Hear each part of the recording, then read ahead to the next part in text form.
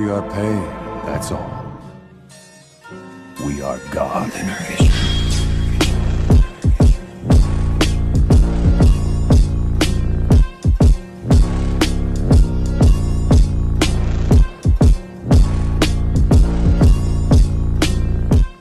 Hey guys! Part 3 of What If Naruto Died and Reincarnated as an Uchiha. Death has a funny way of coming back to bite you when you least expect it. Having lost the fourth shinobi war, Uzumaki Naruto is content to do just that, die and pass on to the afterlife. Unfortunately, the Shinigami has other plans for him. Plans that involve righting the wrongs of the past, restoring a broken clan, and creating a family all his own. NarutoxHarem.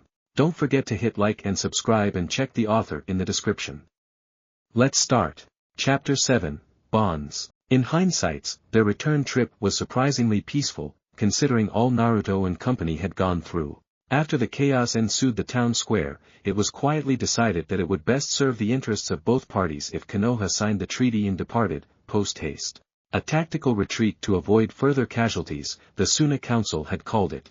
The Kazekage had been less subtle. Hiro's corpse was still cooling, the ink still drying on the dotted line, and already Sasori had been chosen as the man's gift successor. Now that he'd gotten what he wanted, he was all too eager to see the back of them. 2 kunoichi would be given to the Leaf as per the terms of the treaty, and in return the larger village would honor its ties with Sand for all time. Kind words were spoken and promises given, but they left Naruto feeling soiled inside nonetheless. And how could they not? Orochimaru, of all people, had been the one to talk him into formally accepting the terms, since the Kazekage refused to honor their peace in any other suit. He was loath to admit it, but the slippery snake had a point. Sometimes you had to put aside what you wanted for the sake of the greater good. Jiraiya of course had been all for it, of course. Some things never changed. Tsunade was oddly morose about it, though. Pakura had been silent as the grave ever since they'd left the gates. In contrast, Karura seemed almost grateful for the Sandame's decree. Despite the fact that the man had none too subtly berated her for even being kidnapped in the first place, she had been called weak, worthless, and not fitting to be a kunoichi. Of course she was grateful to be gone. Not that Naruto blamed her. Gaara's mother struck him as the gentle sort, and her unease in the presence of her own Kage spoke volumes for the girl's character. She was a gentle soul, couldn't hurt a fly if she tried. Relatively speaking. Itai. Sorry. Karura whispered contritely as she continued to trim his hair. Did I get you? A little, yeah, ow. Careful, girl. Gomen. Naruto yelped as the scissors missed his hair and accidentally nipped a chunk out of his ear. His cry was met by muffled snorts of laughter from the others, mounted once more upon the mighty Manda's head, the large snake ferrying them across the desert twice in less than 2 days. With no sandstorm or shinobi to deter them, their odd little group was making surprising progress. Naruto, finally making the opportunity, had decided to cut his hair. The long locks had been singed during the suicide bomber's last blast. Long locks were useful for shinobi like Jiraiya, who hardened their hair into spikes and flailed it around, but Naruto saw it as more of an impediment than anything else. The last thing he wanted was someone grabbing a handful of it again as they had during the ambush. So he was getting a trim, courtesy of Karura. He was keeping them bangs and a good portion of it though, couldn't ditch the resemblance entirely. Perhaps you should let me try, Naruto-sama? Pakura asked, the ghost of a smile flitting across her face. Granted, it was a pale imitation of the real thing, but nevertheless her very first display of outward emotion since they'd left Suna behind them. She'd clung to him like a second shadow since the explosion, though thankfully she hadn't been untoward in her displays of devotion since their kiss. If it could even be called such. More and more Uchiha Uzumaki, Naruto found himself surrounded by beautiful women with no idea what to do with them. Oh, he knew what he could do, but his chivalry held that urge firmly in check. Somewhat. Kinda. Sort of. Oh, who the hell was he kidding? He'd wanted to screw Pakura silly for at least an hour how, and it didn't help that she kept brushing up against him. Ahaha, maybe that would be for the best. Very well. But when the older kunoichi tried to claim the scissors, Karura clutched them to her chest. Was I really that bad? One look from the poor Chunin made Naruto think he'd just killed her puppy or something. Gah! Not the puppy eyes no jutsu, the bane of man's existence everywhere. Did all women know that technique? Not even he could last more than 5 seconds under that stare. Purpose he was simply too chivalrous, because he folded like wet tissue paper. Let her do it. Naruto almost groaned, pitying the way his poor head was going to look after this. Karura's smile made up for that, if only a fraction. Gods, what was he going to go with her? Tsunade shook her head to that effect, completely unaware of the conflict roiling within the young man's skull. You big baby. You can fling fireballs until you're out of breath, but when she tries to cut your hair. Not my fault, alright? I never liked getting my hair cut. Besides, I'm ticklish. Not a lie, his neck had always been very sensitive. Sakura had enjoyed tormenting him there during their brief relationship. Ouch. There it was again, that dull ache reminding him of the one woman he'd failed to save. The only woman. He might have moved on in this day and age, but a part of her would always be with him. A hand on his shoulder, urging his feet onward, reminding him why he was doing this. Never again, he would tell himself whenever he saw someone in need, be they kunoichi or shinobi, someone whose life he would save from the misfortune that had befallen them in this time. Never, ever again. He knew he couldn't save everyone, but he'd be damned if he didn't try to save someone. So that's why he's never cut it. Orochimaru mused. Kid, Jiraiya grumbled at that one, I don't whether to be jealous or just pity you. Leave him be, Jiraiya. The paler of the pair was quick to admonish his comrade for the slip. I, for one, see the advantage of having 2 foreign kunoichi under our roof. It will strengthen ties with the village. Naruto would have shook his head in amazement had he not been writhing in discomfort. Orochimaru backing him up. Was the world coming to an end? Still though, that was one way to think of it. If said kunoichi hadn't already fallen head over heels for him.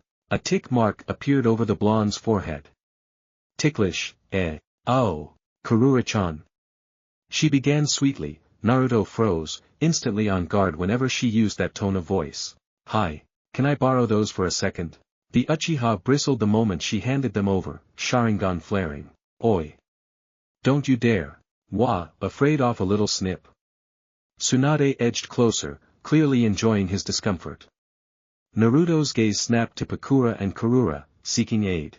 But the 2 kunoichi were smiling, silently bemused that their savior was so terrified by the prospect of the scissor-wielding woman.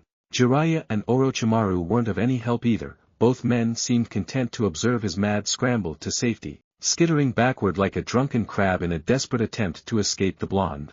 I'm warning you. CM now, I'm not gonna hurt you, much. Gah. Let me go, woman. Enjoy the haircut, Gaki. Jiraiya snickered. Naruto yelped as Tsunade tightened her hold of him and mercilessly descended with the scissors. No. One haphazard haircut later. Are you still sulking about that? Come on kid, are you really going to give me the silent treatment? Ah, leave him be. Jiraiya muttered, quietly poking at the fire with a stick. He'll open up when he's good and ready. Unfortunately Tsunade seemed to think good and ready meant good and now, because she refused to let the matter drop. If there was one thing she loathed above all else it was being ignored. And the Uchiha was doing just that, stubbornly resisting all attempts to coax him out of his self-inflicted depression. Not that he could be blamed of course, after the horrendous haircut she'd given him. Come on, damn it. Talk to me.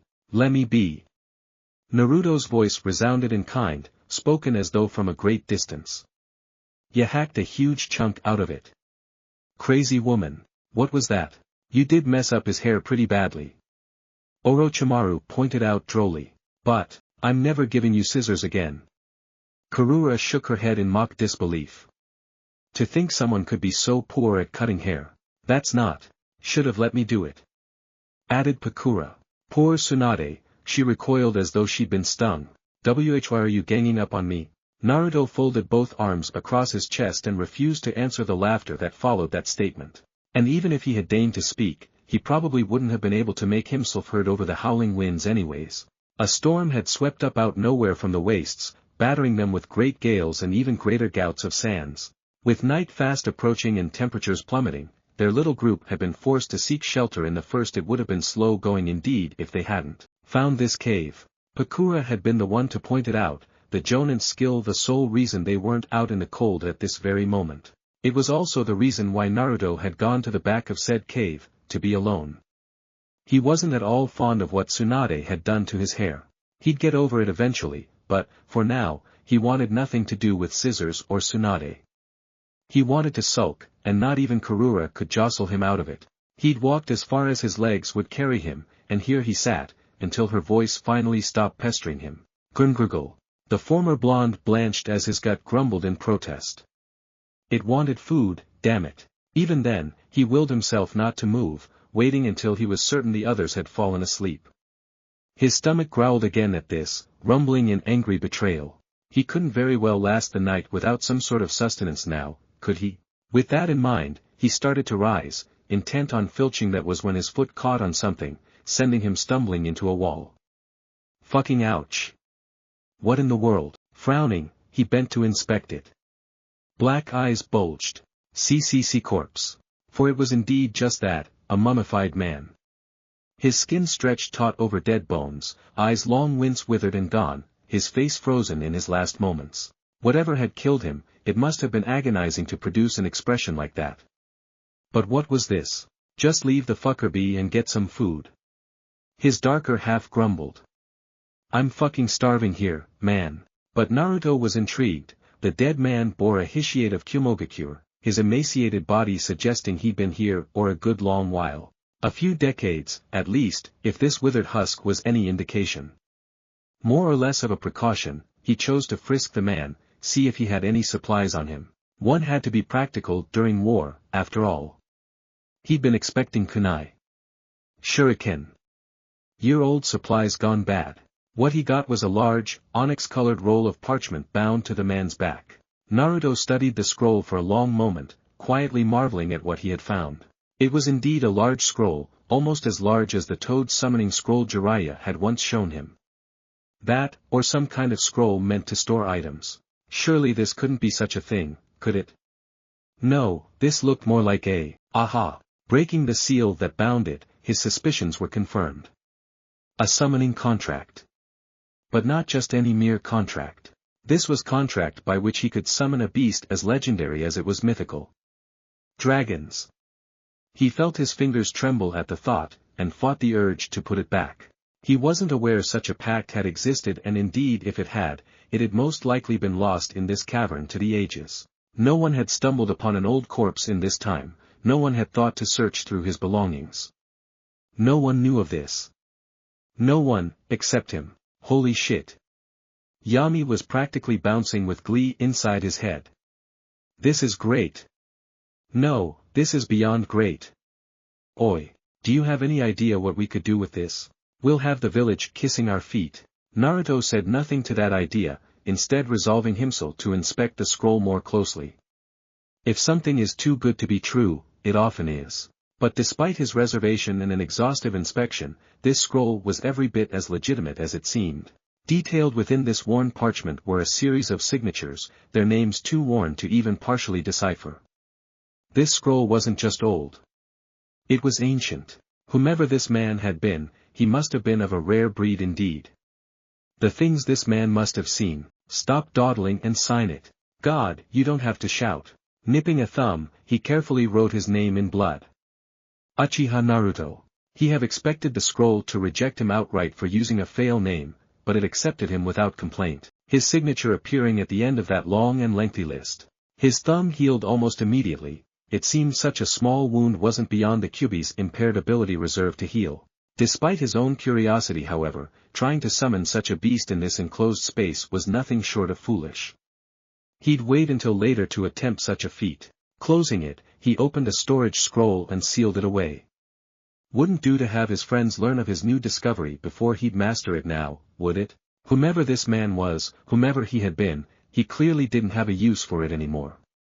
That didn't make him feel any less of a grave robber, although Kumo and Iwa might be enemies of Konoha in this war, but they'd also been their allies in the last. And here he was, picking a corpse apart. So much for nobility. What you got there? Jesus Moda dash. Naruto nearly started out of his skin as Pakura's voice snaked into his ear.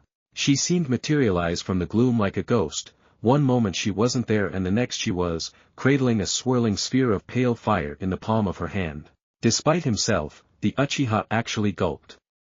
Damn thing was downright eerie. Her pale skin seemed to shimmer in the dim light, her hazel eyes dancing with the crimson color of her flames.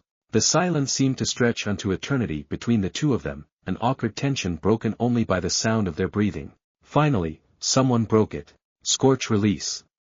The kunoichi explained at his questioning glare, ruefully indicating the crimson orb with a jerk of the head. Just call me a glorified human flashlight. She fell silent after that one, pointedly eyeing the spot beside him in an unspoken inquiry. Can I sit? Her gaze seemed to ask. Reluctantly Naruto slid back, acquiescing to her quiet question. She settled in neatly beside him, her shoulder brushing his. For a heartbeat they remained like that, nuzzling in silence. The others are sound asleep. Naruto asked at last. Why aren't you? Pakura snorted, it was a very unladylike sound. Your friend, Jiraiya. She arched a delicate eyebrow, teasingly. He snores. Loudly. Ah. Naruto remembered that from his training days with Ero Sennin, it was enough to make him snicker. Glad to see you finally came out of your shell. Indeed her last two remarks had surprised him, she was being a great deal more informal with him. He liked that. Didn't want people treating him like royalty because of his name, more than anything he wanted to be treated as a regular shinobi, albeit an extraordinarily powerful one. One who now has the legendary dragon contract. Yami popped into existence on his shoulder. Oh, the havoc we will wreak with that. Naruto quietly quashed the little devil and then returned his attention to Pakura. So. Why the sudden change of heart? I've done some thinking. She shrugged. When my Kazekage told me I was to go with you I thought of it as a curse, at first. You calling me ugly, sweetheart? He quirked an eyebrow. No no no. Pakura shot to her feet as though she'd been burned. 1,000 pardons, Naruto-dano. Relax, I was just joking. He took her wrist and tugged her back down. Lighten up, you're making fun of me. She accused, but she used the orb in her hand to light the torch nonetheless. It burned softly at their feet, providing a touch of warmth and light as her scorching fireball faded. Maybe. But you need to loosen up a little bit. And how do you suggest I do that? She challenged. Well, you might want to let your hair down once in a while and be sociable, you know. You and Tsunade are getting along swimmingly, but you haven't said so much as 2 words to Jiraiya or Orochimaru. One is a pervert, the other frightens me. She returned in a tone that hinted there would be no arguing on that and any attempt to do so on his part would be proved futile. Can you move closer a bit? I'm cold. Naruto complied nevertheless, leaning into her until he could feel her even through his jacket. This close he could smell her, the faint scent of a desert lilac, rare and beautiful. Yet so understandably fragile. Without thinking a hand rose and reached out to touch her hair, fingers stroking through the jaden locks, lingering at their sunset-colored tips. What? Pakura flushed. Is there something on my face? No. Do you like girls with long hair? That question caught him off guard. Long hair, huh? Naruto thought on that one a moment, mentally flicking through the girls he knew who possessed such luscious locks.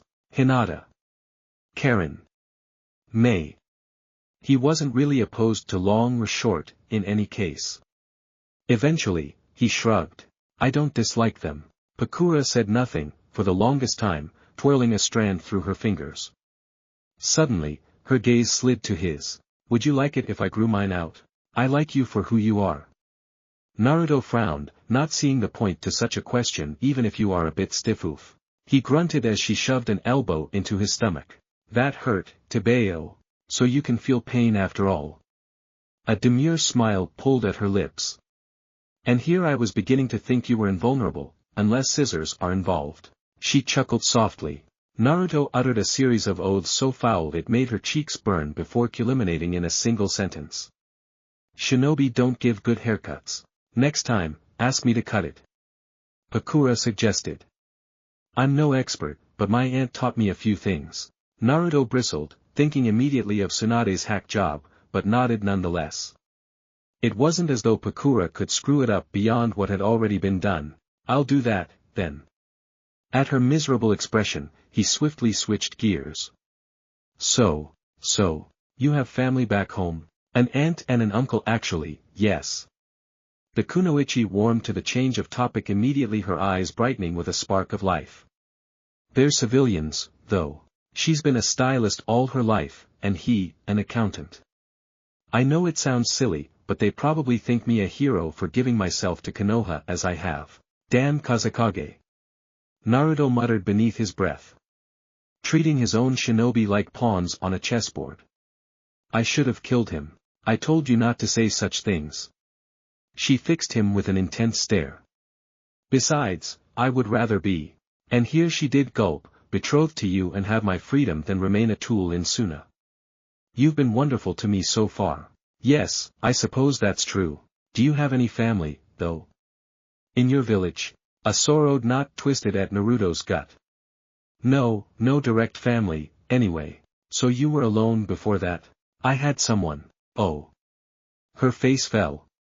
What's she like? She died, a long time ago. Ah. Naruto, I'm sorry. Pakura, Onyx met Hazel, both turned aside, unsure of what to say. The air between them felt charged, as if they were both waiting for something to happen, though Naruto was sure it was just a product of his own overactive imagination. He tried to concentrate on small talk, but it felt as if something more than just words were passing between them. And when Pakura's hand suddenly lifted to cradle the juncture of his neck and shoulder, he jumped so badly their conversation came to a grinding halt, sparks skittering as he realized Pakura was touching him and looking at him with warmth and concern. You're injured. She murmured softly. Naruto blinked, reminded of the explosion of back in Sunigakure. A shard of debris had smacked him in the face. Filled with adrenaline, he'd thought nothing of it at the time, but the mere mention of it was enough to evoke a dull ache. One that began to fade as a familiar green glow engulfed Pakura's hand. You know how to heal. It was not a question. One learns many skills in Suna. Came her even reply. I'm no medic, but I can ease the pain. Ease the pain. Was she talking about his injury, or the burden he'd been bearing ever since Hiro had died? The knowledge that Gaara and his siblings no longer existed was a painful burden to bear. He'd never once considered that his presence in the past might obliterate the future of his friends. He couldn't care less what had happened to Sasuke, or the fact that he'd essentially done the same by wiping his former ally from existence the moment he'd taken Mikoto. This was different. There was nothing to prevent him and Pakura from, do you want me to ease it? He had the distinct impression she wasn't talking about the bruise anymore. Anyone with half a brain cell could see the dual meaning of those words. Their eyes met again, this time neither looked away. Please. Perhaps it was the stress. Maybe it was the unspoken tension between the two of them. It might have even been the physical movement of her hand, now cradling his face. Whatever the case, he suddenly found his lips on hers, his hand cupping her cheek and guiding her mouth to his. If his kiss with Mikoto had sparked a flame, this one ignited a raging inferno. Pakura melted into the lock of those lips with a soft sigh as though she'd been waiting for him all along. Perhaps she had. He hadn't had enough time to take stock of their kiss back in Suna. There had been so much on his mind, too much danger to even register little more than a touching of their lips. Not this time. They were soft and moist and oh so very warm, pressing against his with a tender insistence he simply couldn't bring himself to deny. It felt freeing. Wonderful. All his worries and fears fell away at once, pushed to the back of his mind by the mouth of the Suna kunoichi pressing against him. He hadn't a care in the world. Pakura was of a similar mind. At first his was so slow and tender that it made her want to melt into a puddle on the cavern floor. Without warning, it became hard and hungry, making her very toes curl and her clothes threaten to fall off altogether. His hand splayed through her tightly bound hair and gently pulled the needle free, loosing the verdant green tresses messily from captivity as the other tightened on the underside of her thigh, tugging her leg up a fraction to cradle his hips. She moved with him, straddling her weight against his, knocking him to the floor, her lips never leaving his for an instant. He shifted against her, hissing in pain as his back struck the unyielding stone. Pakura, he rasped against her mouth. His voice alone was enough to evoke a soft, cracked moan in the back of her throat. She wanted him. Needed him. Here was a man who didn't see her as a tool or a pawn, a piece on a chessboard to be moved forward or back or sacrificed when the need saw fit.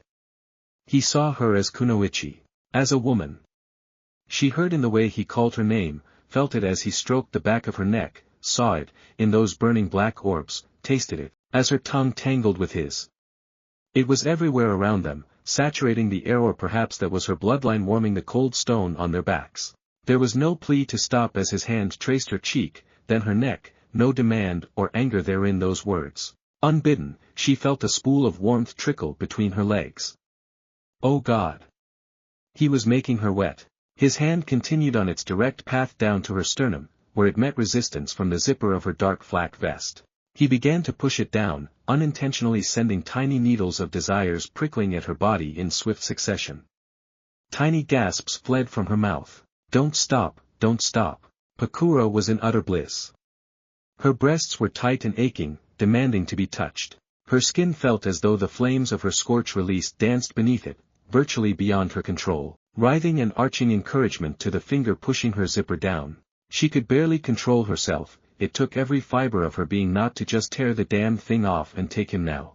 Every second he delayed was torment, every instant in which his lips were not upon hers, agony. Clearly this was less than normal. Naruto seemed to realize this the moment he'd pushed the zipper far enough to expose the valley between her breasts. He paused, considering. For an awful instant she feared he was going to back away. Pakura was left on the ground, panting from residual want and an unfulfilled aching. In a way she was relieved that he'd stopped, but the damage had already been done. If he backed off now her heart would be in pieces.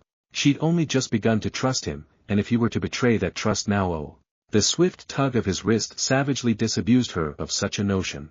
Ever so slowly he pulled his hand the rest of the way down, gently tugging it free with a flick of a wrist. His hand took up residence upon one breast as though he owned the damn thing, kneading the flesh softly beneath his fingers. He chose that moment to take her nipple between his teeth, and nip.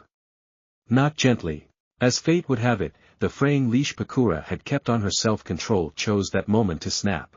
Stop teasing me, goddammit. Not content with their new position she grabbed him by his flak jacket and pulled him towards the floor, his hands tugging at her clothes as they went. Naruto muttered some earth jutsu beneath his breaths as they fell, simultaneously raising a wall of hardened rock to keep any unwanted eyes at bay and softening the cavern floor into a loamy bed of soil in the same instant. She saw his eyes in the dim torchlight, Sharingan dancing as she tore at his clothing and he hers. His hands were equally as explorative as they struggled to eradicate all barriers between them. He pulled the remnants of her jacket/blouse over her head and pushed her gently onto the bed, admiring the look of her naked torso in the dim light afforded by their torch. He took off his own shirt, smirking softly, as her eyes danced over his chest. He leaned down and pulled her pants away, revealing a pair of briefs. He chuckled softly as he saw them, their dampness. Wow! I thought you'd be wearing a thong. Horrible. She whispered, not meaning a word of it. You're hoary ah. Her words ended in a sharp gasp as he bent to remove them with his teeth, sharpened scissors defiantly plucking her last article of clothing and tossing aside. Pakura had just enough time to wonder at that mischievous glint in his eyes before he lowered his mouth past her waist, down to the thatch of dark curls just above her. Naruto. She realized too late what he was about to do, and she was powerless to prevent it. She'd never had that done to her before. The sudden lash of pleasure was utterly unbearable and her body snapped rigid with tension, unable to decide whether to push closer or pull away. Helpless little mules escaped her mouth and her hands tugged at his hair so hard it was a wonder he didn't complain. Razor blades of pleasure tore at her heart and cut her to pieces before she could bother to protest. Pakura knew not how long his tongue stabbed and swirled at that sensitive bundle of nerves, only that when he finally ceased his ministrations, she could barely bring herself to move. That's not fair. She gasped out. Those dark eyes surveyed her with thinly veiled bemusement. You're still wearing clothes, not fair. Well, why didn't you just say so? Naruto did just that, tossing his belt and trousers aside. The two shinobi were soon naked and Pakura straddling him, taking him in her hands as she slowly lowered herself into her lover. Pakura was by no means a virgin, but even she'd hesitated a moment before taking him in, and when she did, she wasn't disappointed, his length stretching her muscles just shy of their breaking point. A few quick thrusts began to push her closer and closer to that edge, then further, until, that was all it took for the haze to fall over Pakura and she came with a small cry, collapsing against him. There was a silence between the two shinobi then, broken only by their short gaps of breath. Finally Pakura turned her head to look up at Naruto, disheveled hair tickling at the nape of his neck. She laid a soft kiss upon his chin and snuggled down against him, completely content. Whole. Satisfied. Relieved. It was as if she'd been missing a piece of herself and had finally found in him, here within this mysterious Uchiha. That was, wow. Naruto finished with a gasp, cradling her against him. Sex with Mikoto had been amazing, but Pakura was a very close second. There had been a graceful savagery to their lovemaking, not slow and drawn out, but frantic, as though the two of them couldn't bear to do without the other. You really should let me cut your hair, she murmured, brushing a hand through the ebony locks. Even after what Tsunade-sama did, it just keeps growing. Wah, you banged me once and think that gives you the right to start snipping? Naruto laughed, the words completely without rancor. I'd like that, actually. But not too short, alright. Pakura's only reply was to nuzzle up against him. Whatever you say, husband. Naruto was suddenly intensely grateful that her eyes were closed, because Pakura missed the flaming flush that stole over her face. Granted, the idea of being betrothed to her didn't seem so far-fetched now, but being called husband by such a drop-dead gorgeous woman, well, he'd never expected such a thing. You do know we aren't married yet, right? She simply purred like a contented kitten. Somehow the sound endeared her to him even more. As long as you will it, I am yours. Neither would speak of what happened on that stormy night, although some would wonder. Why oh why were the two cuddled together the next morning? It was something of a small blessing when they finally reached the gates with most of Naruto's hair in his mind, still intact. His neck felt far less strained now, the spiky ebony curtain of his hair now merely shoulder length instead of the jagged curtain that had covered his back for most of the journey. It felt good to be able to turn his head and not get sideswiped by his own hair. Pakura really had done a wonderful job on it. Now he did not so much resemble the madman from whom he was supposed to descend as he did look similar. Still, even with the haircut, sometimes he half expected to find Madara's face staring back at him. For all intensive purposes it nearly was, with only a few minor differences. Sking softly to himself, he turned his gaze from the evening heavens back to the earth. Wouldn't do to go around smacking into trees now, would it? Now that they'd disembarked from Manda, and with the village only a stone's throw away, he almost found himself longing for the easy ride the King of Serpents had offered. Changing the future was hard work, damn it. But the prizes, man. Think of the prizes. One more crack out of you and I'm putting ya on mute. Oh, I won't mind being quiet, considering you're about to get some. That's it. Come here. Yami retreated, slithering away with a snicker before he could pin him down. His darker half was utterly incorrigible, uncaring of the bonds of morality that had once bound them. And that was troublesome. Naruto-sama. He turned his head as Karura sidled up beside him, her violet eyes peering through the gloom to meet his with an eerie certainty. He remembered her remark that she was a censor type, but the way she looked at him told the Uchiha she'd known exactly what he was up to, lagging behind at the tail end of the group. Even Pakura was ahead of them, reluctantly making small talk with Jiraiya at the latter's behest. That was good for her. She needed to learn that the Konoha shinobi weren't her enemy. Not by any stretch. She needed to learn that this wasn't a death sentence, that there were others upon which she could rely besides him. Pakura might be special to him now, but she needed to learn to interact with others. Karura, on the other hand, seemed more curious than afraid of her new home, judging by the inquisitive look in his eyes. You need something? She faltered for a moment before pinioning him with a stare so intense he almost started. Yes. What's Konoha like? It was exactly what he needed. Why, I'm glad you asked. For all the bad memories he'd had here, there were even more good ones. Now, some might tell you Konoha's a great village, rich with history, but the truth is. With that he launched into a grand tale of the village, both past and present. Parts of which were exaggerated of course for the sake of the story, telling her of all the sights and sounds, the best places to train, greatest eateries. Ichiraku still stood at the top of that list quite proudly, gladly answering the occasional question offered, giving his own unbiased opinion of several clans, some of which would have started a war had they heard his words, the story finally culminating just as they reached the sentries at the gate. And that's why you never piss off an Aburame.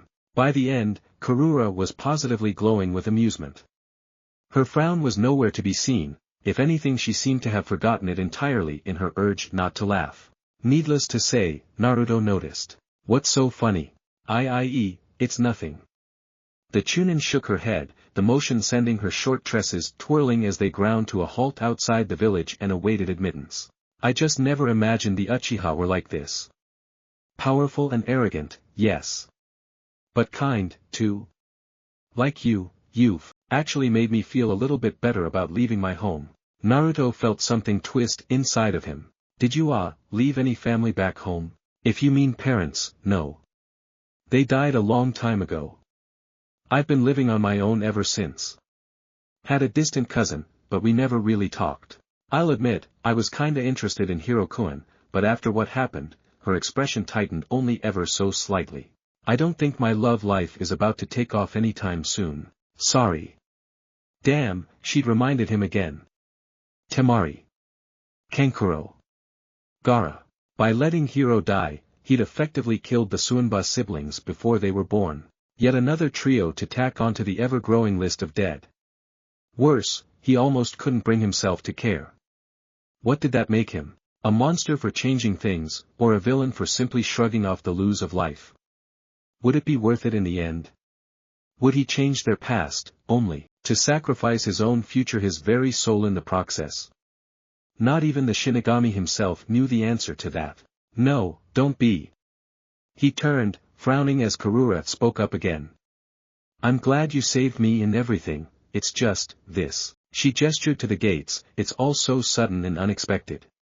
I feel like I'm going to wake up at any moment and find out that I've been dreaming. Good or bad dream? Good, I think. She looked at him for a long moment, then smiled. Definitely good. For what it's worth, I didn't mean to take you out of your village like that. I'm actually glad you did. What? Her admittance rocked him to the core. She was grateful. Who was grateful to leave behind everything they'd ever known? I had no friends in Suna. Frankly, it was a miracle I made Chunin. My only skill is a talent I was born with. She touched a hand to the small gourd she kept bound at her waist. The ability to manipulate sand, for what it was worth. I'm not even sure if it's a bloodline. She swirled her hand for emphasis, uncorking the tiny container and calling forth the grains. Naruto watched, awestruck as they swirled around her fingers, obeying all her whims and actions. Your Kage is a kind man, right? Karura's voice fell, reduced to little more than a dry whisper. Perhaps he'll find some use for me once they let us in. Naruto felt something stir in him at the sight of that sand. Her words reminded him much of Gaara, before he'd become Kazekage. It hurt. Without thinking, he rounded on her. Don't talk like that. His own actions, the snappishness of his tone startled the both of them, his hand locking round her wrist in a vice, causing the sand to fall away from her fingers. You are not a tool. His words got a backwards glance from Pakura and a small sigh from Tsunade. You are a kunoichi, and a splendid one at that. You are a person. You have meaning. Purpose. Don't ever let anyone tell you otherwise. See, that's what I mean. Despite the painful grasp, Karura made no effort to shake herself free, if anything she seemed to value the contact.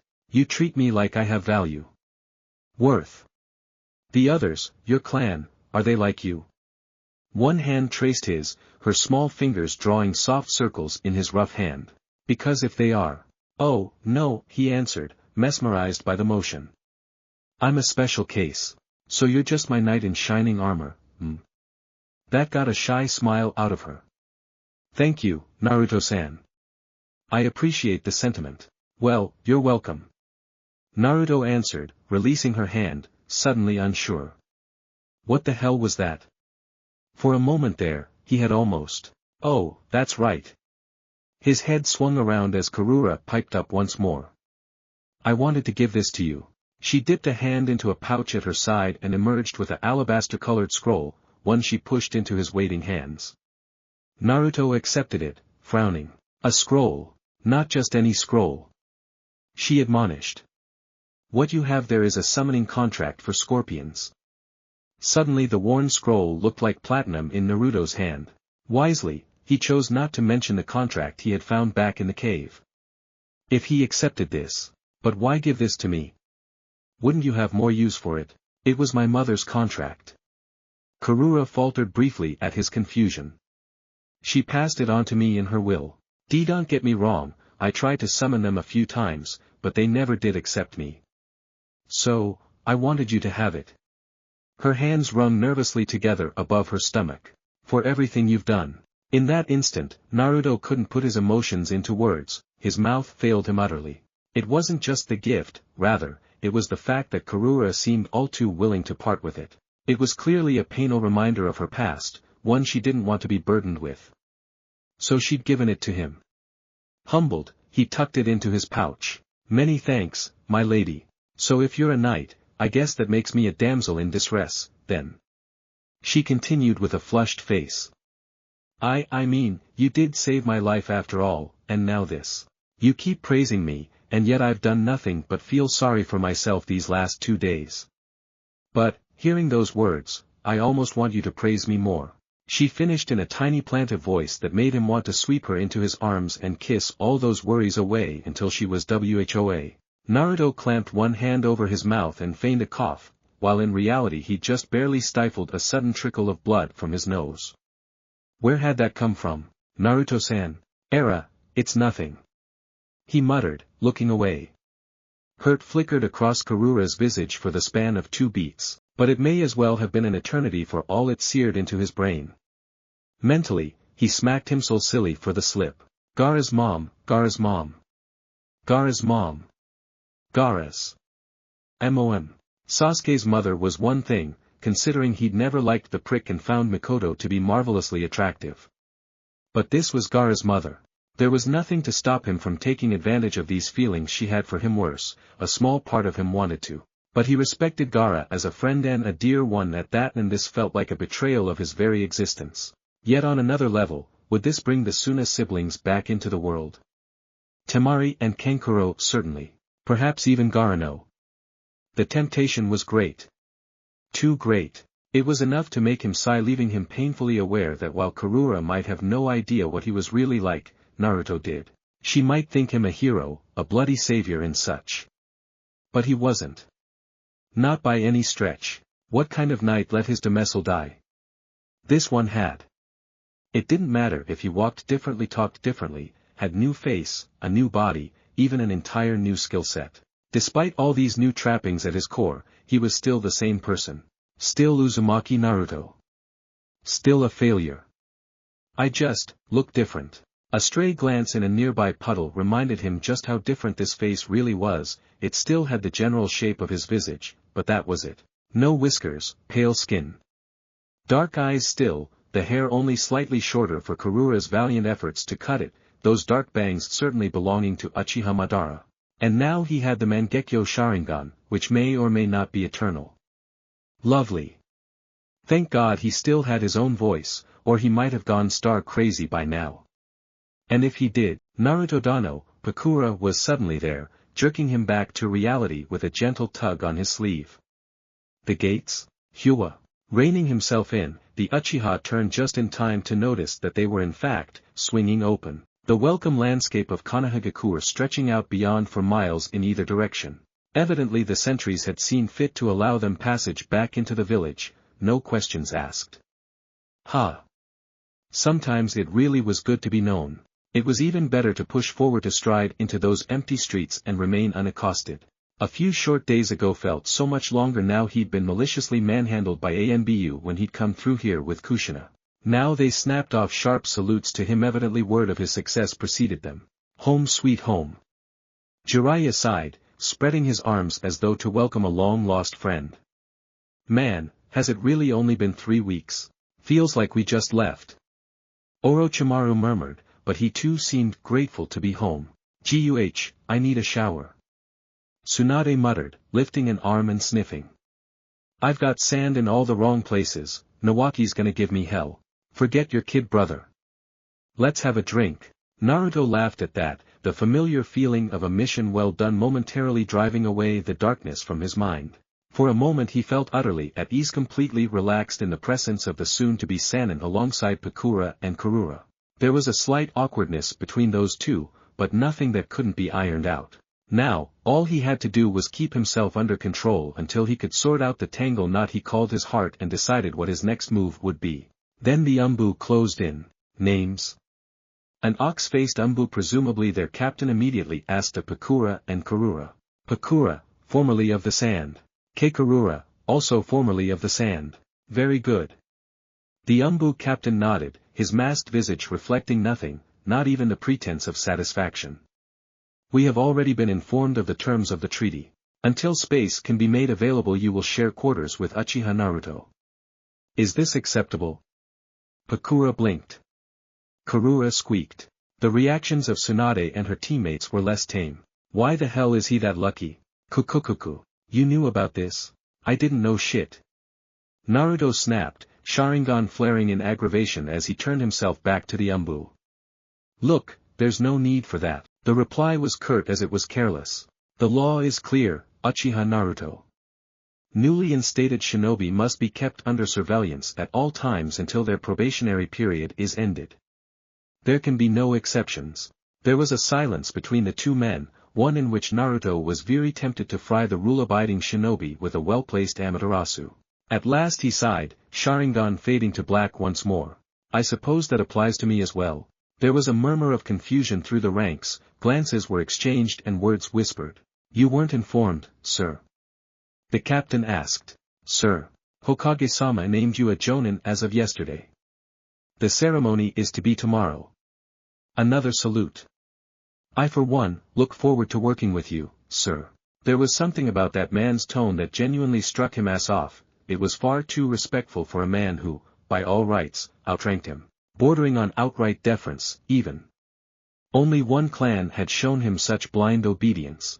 You're an Uchiha. It was not a question. There was a moment of silence. Then, yes, sir. He didn't drop the salute. My son, Obito, just started in the academy. I speak to him of you often, and I take it you weren't told. Naruto nearly choked on his own spit. He was speaking to Obishio's father. A man he had never met, the very same Uchiha who had fathered the most heinous villain in all of history. Willing himself not to react, he continued to maintain his facade of Yukihesque indifference.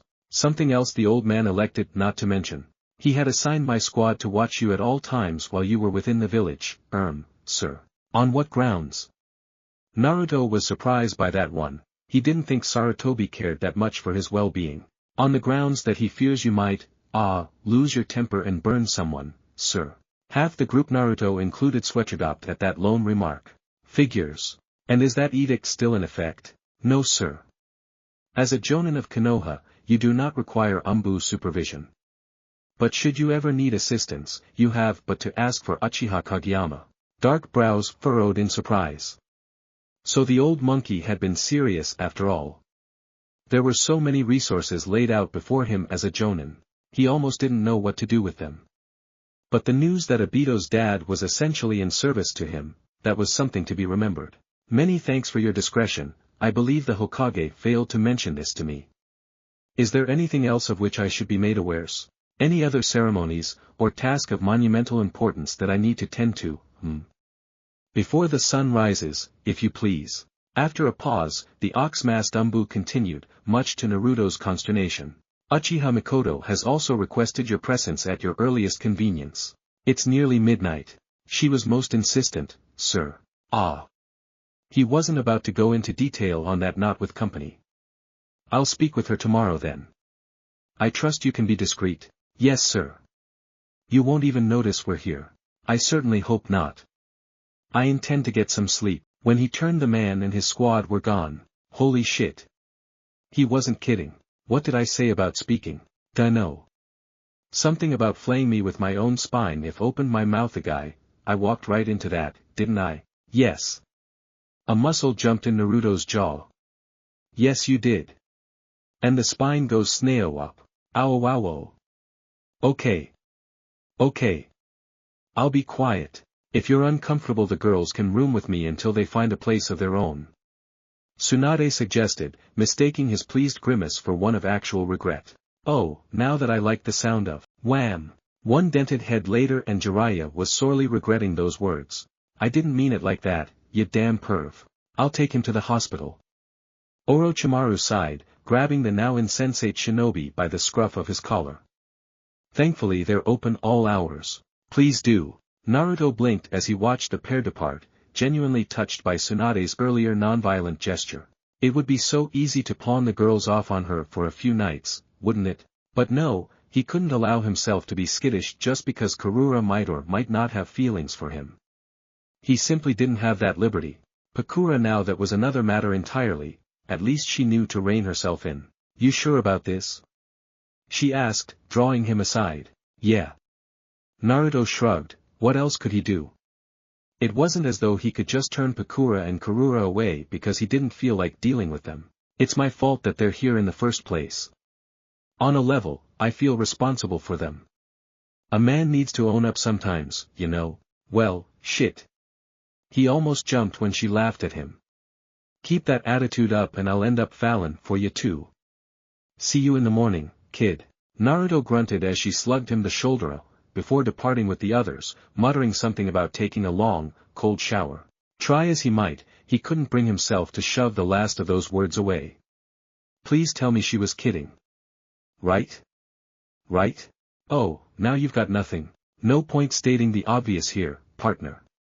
What the writer wants, happens. Don't go breaking the fourth wall on me. I'm in control of my own destiny here. Yeah, keep telling yourself that. Out. Well, that solved one problem. Sorta. Hopefully. Now he was just left with two. One of whom he had no idea what to do with. Unbidden, he risked a glance at Karura to whom he hadn't said a word since nearly dying of a nosebleed. She didn't deserve the cold shoulder, not after all she'd been through. So, I guess you're getting the grand tour. He huffed. Right this way, then. Naruto-san. Damn, did she have to say his name like that? Stop it. He hissed at his brain, but it wasn't listening, his heart refusing to obey. He needed anything to distract him before he did something he'd regret. Oi, Uchiha. There.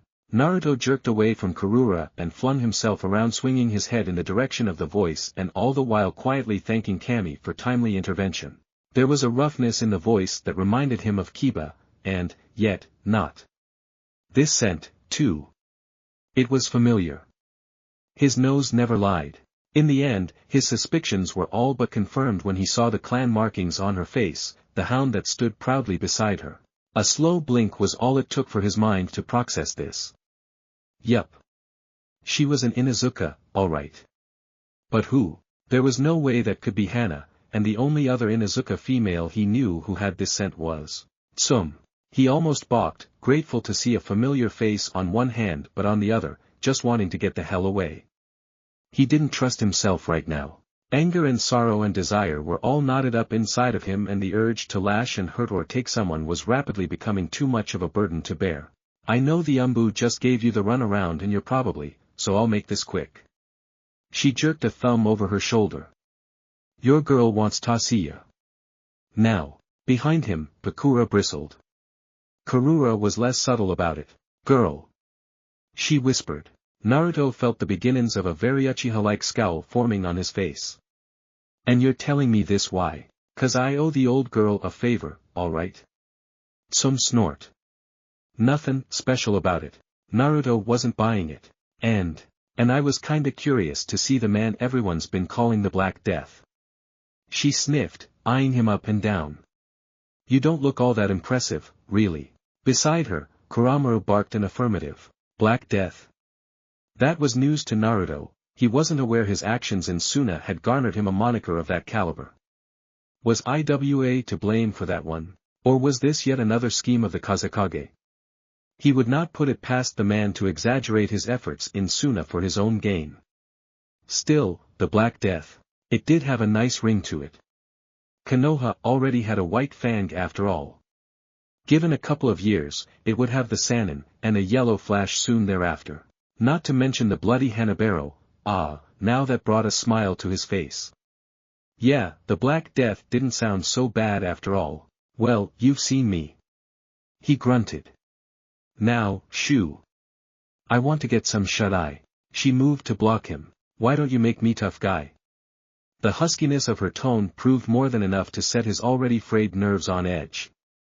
She was testing him. In that instant a small smile stole over his features.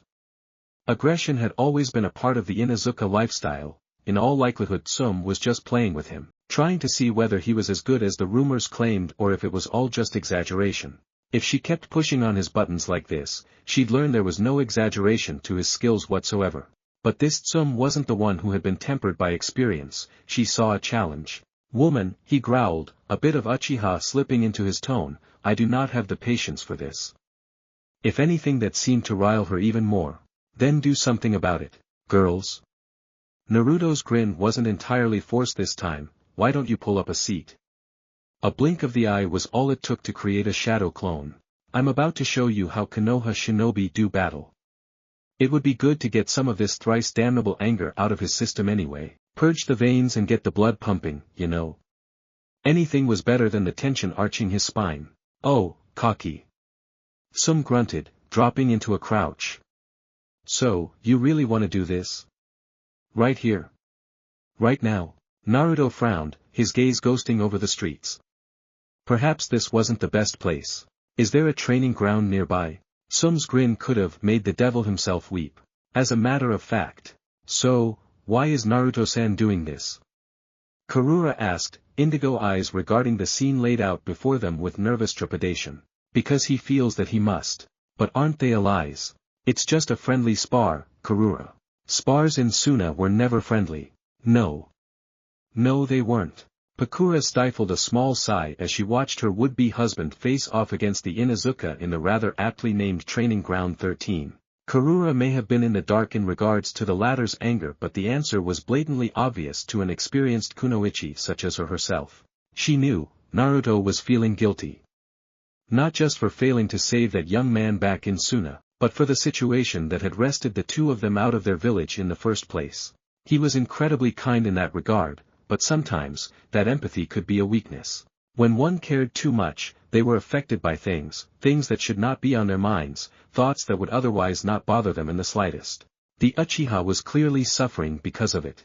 She'd have to talk to him about that, but for now, she contented herself to watch him vent his aggression the only way he knew how. By fighting. Getsuga. Fawn over fawn. Naruto didn't even need the Sharingan. He'd seen the attack so many times from Kiba it was almost child's play to dodge. They always liked to lead from the front, preferring head-on attacks to the discreet tactics of the more stealthy shinobi. Tsum didn't disappoint.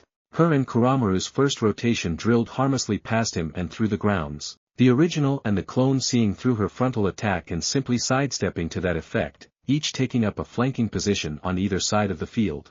It was Kiba's own refusal to change his tactics that had gotten him killed during the war. By the look of it, he'd inherited that from his mon. Her attacks and those of her partner were wild yet unfocused, shearing only a straight line forward, easy to dodge and even easier to counter. That was a weakness.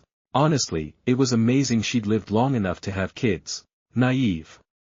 He reprimanded, leaping to meet her in mid-spin, boots shooting out to catch her flank, the offending sandal rudely slamming her into the dirt. "Your technique is powerful, but you lack freedom of movement. Thanks for the tip." To his surprise, Tsum instantly adjusted, caromming off the earth and into a nearby tree to attack at another angle. Were it not for his superior speed, she might have actually grazed him. As it were, Kuramaru shredded the clone he'd created only a few moments ago, sending its memories roaring back into his mind. Interesting. Apparently the doppelganger wasn't fast enough to dodge. Interesting to note. He'd always wondered why his shadow clone's bunchins were slower than him. Now he understood. Just because he had been expecting that attack didn't mean his clone was. It was child's play to create another one, but he would remember just how quickly the last one had been dispelled. Very interesting, indeed. Whatever you say, Mr. Observant. You're just enjoying the chance to kick some ass and blow off some steam. Your words, not mine. Oof. Got you. Sanuva dash. The air rushed out of Naruto's lungs in a surprised grunt as Tsum scored her first clean hit of the match, blunting her claws just enough to knock the wind out of him rather than leave his innards falling out of his grasp. He staggered back 2 steps, shocked, not that she'd actually been able to hit him, but that it actually hurt. So long had he become so accustomed to having Kurama blunt the pain from injuries, mend his wounds, that he'd almost forgotten what it felt like to be deprived of that resistance. And damn it, it hurt. Heh. Tsum thumbed her nose. Looks like you're not so tough after all. Some Uchiha you are the fuck. Her words ended in a strangled yelp as Naruto's hand grabbed a fistful of her hair and made her face intimate with the earth in a way no self-respecting kunoichi desired. She was up again almost instantly, writhing out of his grasp, but the way he was looking at her made her heart skip a beat. That wasn't the look of a man feeling sorry for himself. Those were the eyes of someone who was terribly angry, horribly furious, and about to kick ass. Her ass, to be precise. Oh, balls. Maybe I shouldn't have hit him so hard. Naruto was of a similar mind, sweeping her aside with ease when she tried another rotating fawn, effortlessly redirecting her and her partner into a tree. Still no Sharingan. Only eyes of hardened charcoal regarded her, smoldering darkly in the moonlight. Something in those eyes made her heart skip a beat. They reminded her of an alpha, and a very small part of her quailed in submission. But Tsum was nothing if not stubborn, and she refused to go down with a fight. She yielded to no one. Let's go, Kuramaru. Getsuga. The Uchiha didn't bother to move as they tore toward him, he simply raised a hand and cracked his knuckles. Pain.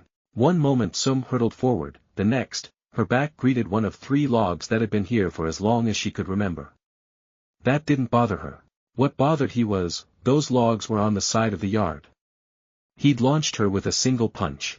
The Uchiha's other hand was occupied with Kuramaru, his offensive hand clutching the dog's throat in a firm grip, ignoring the hound's admirable attempt to snap at the wrist. His expression downright terrified her now, as if something awful had awoken inside of him, an evil so horrifying she couldn't help but flinch aside in fear for herself and her ally. Kuro, take him. Snorting, he flung her partner at her, their bodies colliding painfully. Both shinobi and hound were up again in an instant, but the opponent they faced was not the same as then before, his devil-may-care attitude having returned with a vengeance thanks to their beating. Fuck it. He didn't care anymore. About Kurura, Pakura, or even this damned woman who was messing with him. No one hit him like that and questioned his manhood. There was no point in questioning his every action when all it earned him was pain. No more feeling sorry for himself. Mourning over what he could have done was like trying to stop the rain from falling. It simply didn't get him anywhere, did nothing but waste time and hurt himself in the end. Time to accept their consequences and come what may. For starters, Tsum was going down, and she was going down the only way he knew how. Hard. As Tsum whistled past him again, he subtly reached down and tagged her on the back with a palm. Hiration. A small seal spread no larger than the edge of his thumb spread from his fingers and etched itself into the back of her flak jacket, as blurred by. Surely it wouldn't hurt to use the technique now, would it? He hadn't been able to use it back in Suna, both having not marked anything, and fear of someone seeing an Uchiha use it, wouldn't do for him to be stealing his father's title now, would it? But here in the safety of the village, it was the perfect tool for smacking some sense into a stubborn Inuzuka. How ironic, he had that very woman to thank for knocking some sense into him. Alright, that's enough for one night, he declared, twirling away. I don't feel like playing with you anymore. What do you mean? Tsum barked out, frowning as her clawed hand came within inches off his face. We're just getting started. No, we're just wrapping up. He feinted a strike at her stomach, palming a smoke bomb in the same instant and lobbing it at the older Inuzuka. Tsum's palm rose to intercept it immediately, exactly what he'd planned, and in that instant both the original flung a kunai, the deadly dagger striking the caught bomb before she could think to dispose of it. Thum! Into the smoke he and his clone blurred forwards, faster than the naked eye could comprehend. Pakura thought she beheld a black flash in that instant, a flicker of motion so rapid she almost didn't recognize it. Kuramaru's yelp was the only thing they heard within the plume of dust and debris, followed by a very female cry of pain. Hey! When the smoke finally cleared, both Kurura and Pakura were baffled to find Tsum pinned by Naruto, her canine partner likewise locked in a full Nelson by a clone. True to his word, the Uchiha had beaten the Inuzuka at her own game, trapping her in a very compromising position to her great dismay. Pakura hissed a quiet curse under her breath. Not only had Naruto knocked Tsum to the ground but he'd straddled her, trapping both arms above her head with his hands, his body leaning over hers earth jutsu. She was a prisoner in his grasp and everyone, even Tsum herself, knew that it was over. Give up. Naruto grunted as his prey began to struggle. You've lost. TCH, Tsum snorted, defiant to the last, her hazel eyes boring furiously into his. You think I'm afraid of a little foreplay? I think you're afraid of more than that. His voice was rough in her ears when had his teeth been so damnably sharp, body pinning hers with its weight. Or perhaps it's just my imagination. A small gasp pushed itself through her teeth as he leaned forward and nipped her neck with his teeth, unintentionally biting down on the one soft spot between jaw and ear that almost every female Inuzuka possessed. Just like that, Sum turned to putty in his hands, her back arching with a soft mewl of pleasured surprise, a pleasant wave of warmth filling her face. The harder she fought, the faster she lost herself to it. Karura clamped a hand over her own face, all but steaming from embarrassment. Naruto-san. Pakura was more shell-shocked than anything. Was Naruto really like this, or was this just an act? Give up. Naruto purred silkily, his words smooth as honey in Sum's ear. Or I make it painful. You bastard. Every word was a struggle to her now as she fought to resist the alpha towering over her. Like a lit nip would do me in. How about this then?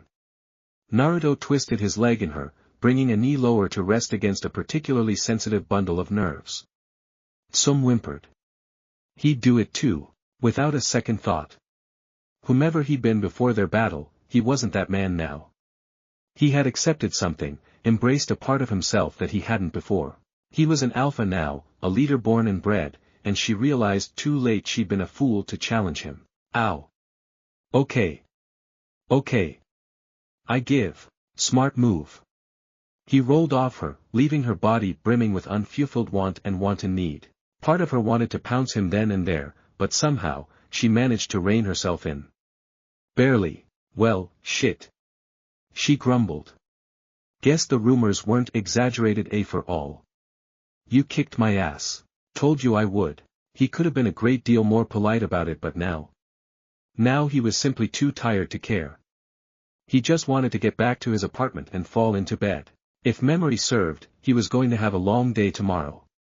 Kami, being a jonin, was already proving to be more trouble than it was worth. And, what the hell was it with all these females?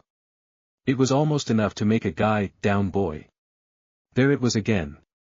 He was losing himself. He needed to get out of here, find someplace safe, somewhere quiet before he screwed someone silly. What the hell?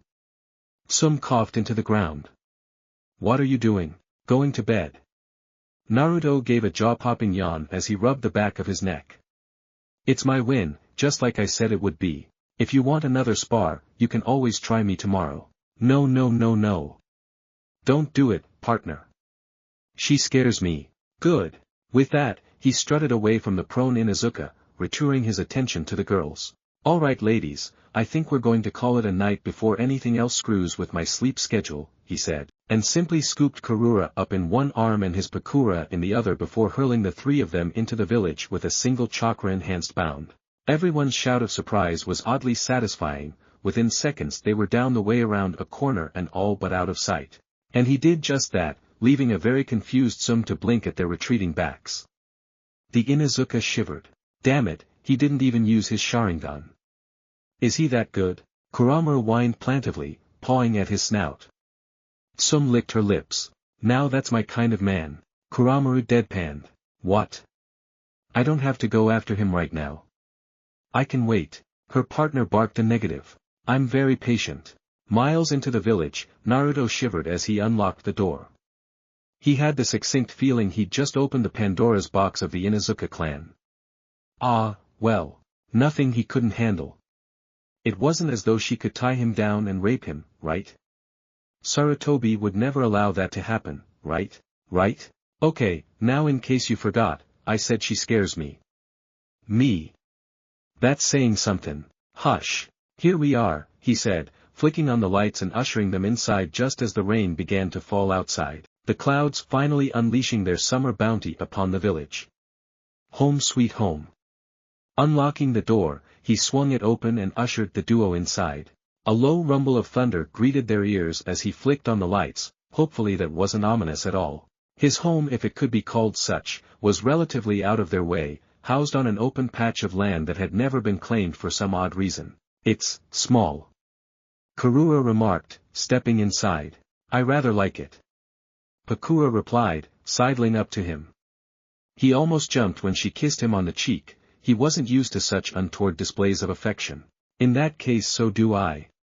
Karura was swift to reverse her stance and before Naruto could stop her, she claimed the other cheek in a nervous kiss. Lucky bastard. Yami was beside himself with envy. Why do you get all the girls but I don't get any love? Shut up. I mean, if you're gonna have this many bitches, the least you'll need is a bigger house. Hate to admit it, but you've got a point there. On that much, they agreed. His apartment was relatively Spartan in style, he really didn't have anything in the way of personal belongings. It had been a gift from the Hokage. Remember chapter 3 their folks, and in the short time that he'd had the property simply hadn't occurred to him that he might want to spruce it up, or even move in with Mikoto and the other Uchiha. Although he was now a part of their clan, he simply couldn't bring himself to associate with them on a day-to-day basis. Not yet. Mikoto was about the only one he could stand, and that was saying something. This is where you want to live, though. Karura glanced around, inspecting the pale blue walls for dust. Don't look so starstruck. Her senior admonished. Did you expect something grandiose? I don't know. Hey, it's only temporary. Despite himself, Naruto blanched. There was a bedroom, kitchen, den, and toilet. That about summed it up. He'd have to expand the place soon, add a second floor, maybe a guest room or two. There was so much he could improve upon, it was almost mind-boggling. True to their nature, his Sharingan took the idea and ran with it. Oh, he could put a training yard out by the porch, tack on addition there, maybe even add a hot tub if he knocked down that wall. There was plenty of room to work with if he just set himself to the task. Odd. Naruto paused, his scarlet sight falling upon an oddity in his quarters. Alarm bells went off in his head almost immediately. The bedroom door was open a crack. Pakura and Karura didn't seem to notice it, they seemed to be focused on the small kitchen in the hall. Without thinking, he left them there. Another rumble of thunder reverberated through the small home, punctuated by a sharp crack of lightning from just beyond. Frowning, he reached for the handle, twisted it open. A hand snapped out, dragging him down into the darkness of his room. What the dash? Surprise. He was just about to fend them off when a familiar, silken voice crooned in his ear, soft lips nibbling at his neck. His body surrendered up almost before he realized it, shoulders slumping as she took control, pushing him back onto the bed as though he weighed no more than a feather. Before he could rise she was suddenly there, straddling him, curves melding neatly with his hips, arms wrapping round his neck, pulling him into the most soul-searing kiss of his lifetime, one that left him aching for more. Mikoto. She kissed him again, her breasts mashing up against his cheese and, evoking a brand new sort of ache. I missed you. Missed you too. The words tore themselves out of his throat, because they were true. He had missed her. His body had burned for every moment that they were apart. To be reunited with her out of the blue, when least expected it, was nothing short of pure bliss. Without thinking his arms spread themselves across her bare back, wanton abandon, devouring her, her skin, the distance between them, everything.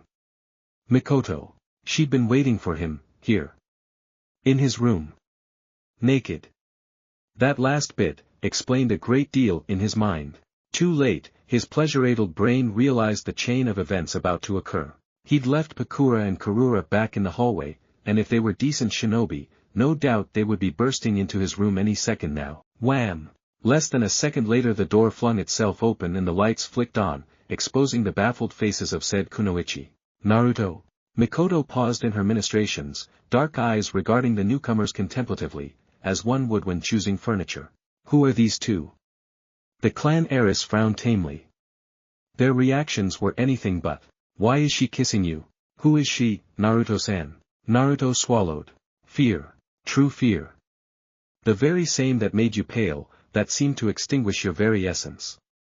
Scare, fright, dread, panic, heart pounding out of your chest, you begin to falter, it's hard to think clearly, hard to react in time, lead alone swiftly. A split second. All of that, for a seasoned warrior, only lasts a split second, even when faced with the imminent threat of fate extending its baneful shadow over all he holds dear.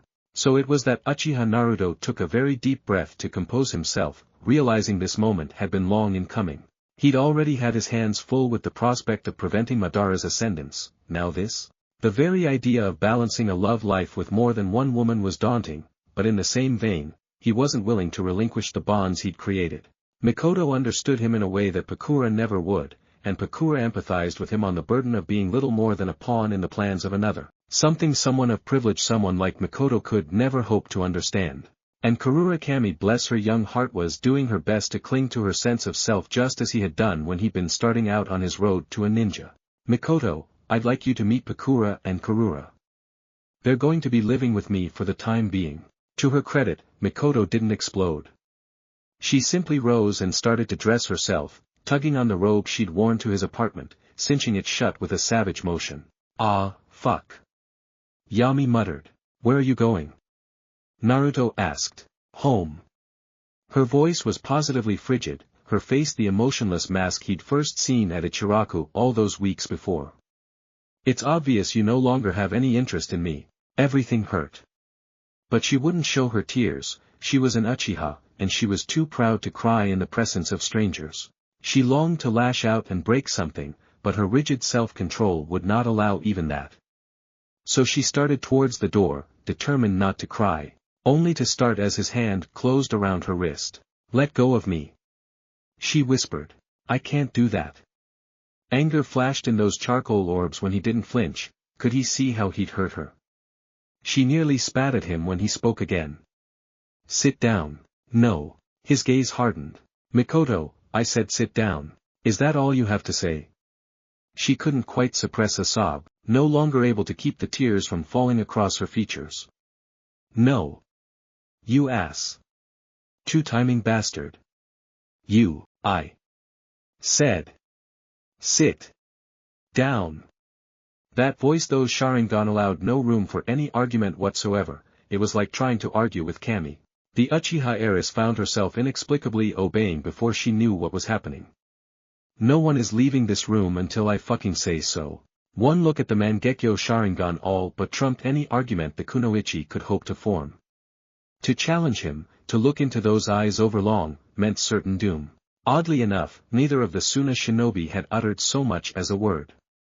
They simply stood there, shocked yes, but not questioning him as she had done, as if they understood something she did not. What was it? What was she missing here? I care for you. The words were soft. Genuine. But I care for them, too. I'm not throwing you away, but I'm not discarding them either. His hands held hers tightly, caging them, preventing any momentary lapse of judgment on her part. She didn't understand. What was he saying? What did he mean by that? So, what are you saying? I'm saying that I need you here with me. He dared to release one hand, reach up to cup her cheek. Mikoto let him, quietly marveling at the tenderness of his actions and words as he continued. I care about you. I'd sell my very soul to keep you here with me. Hell, I think I might even be falling for ya. Color flooded her cheeks in a rush, the back of her neck burning as those words hit home. What the hell? Surely he wasn't trying to say that he love, but I need them here with me, too. His gaze slipped to Pakura and Karura, and there was such love in those black orbs that she almost startled. They're precious to me, and no matter how much I might care for you, I can't just throw them away for your sake, to make you happy. I didn't want this. Didn't ask for it. But it's how I feel. If you really want nothing to do with me anymore, then feel free to walk on out that door. I will not stop you, I swear on my Nindo. But if any part of you cherishes what we have, take it. That's all I ask. I really don't want to lose you, Baka. A single sob of a word. The blink of an eye. Then Mikoto crashed into him, knocking him backwards onto the bed and showering him with kisses. She'd made her decision. Take it or leave it. Mikoto took it. Only 3 weeks since their little tryst in the training grounds, and already she couldn't bear the thought of living, without him. There was more than a certain charm about him, more than the fact that he treated her like a normal person. It was somewhat stupid and selfish of her to want him all to herself, but that didn't change the fact that she cared. She wanted him by her side, and if she had to share him with others, no matter how many, it was a price she was willing to pay. Well, that actually worked. Pakura murmured. Told you. Naruto replied cheekily. Although I wasn't expecting it to be this soon. You're not opposed to this either. Mikoto was in disbelief. The Suna Kunoichi shook her head, bangs tossing from side to side. I swore myself to Naruto Dano the day I left Suna. There's no other path for me. Besides, I knew from the beginning that his bonds were precious to him. I've no intention of challenging that which he holds dear.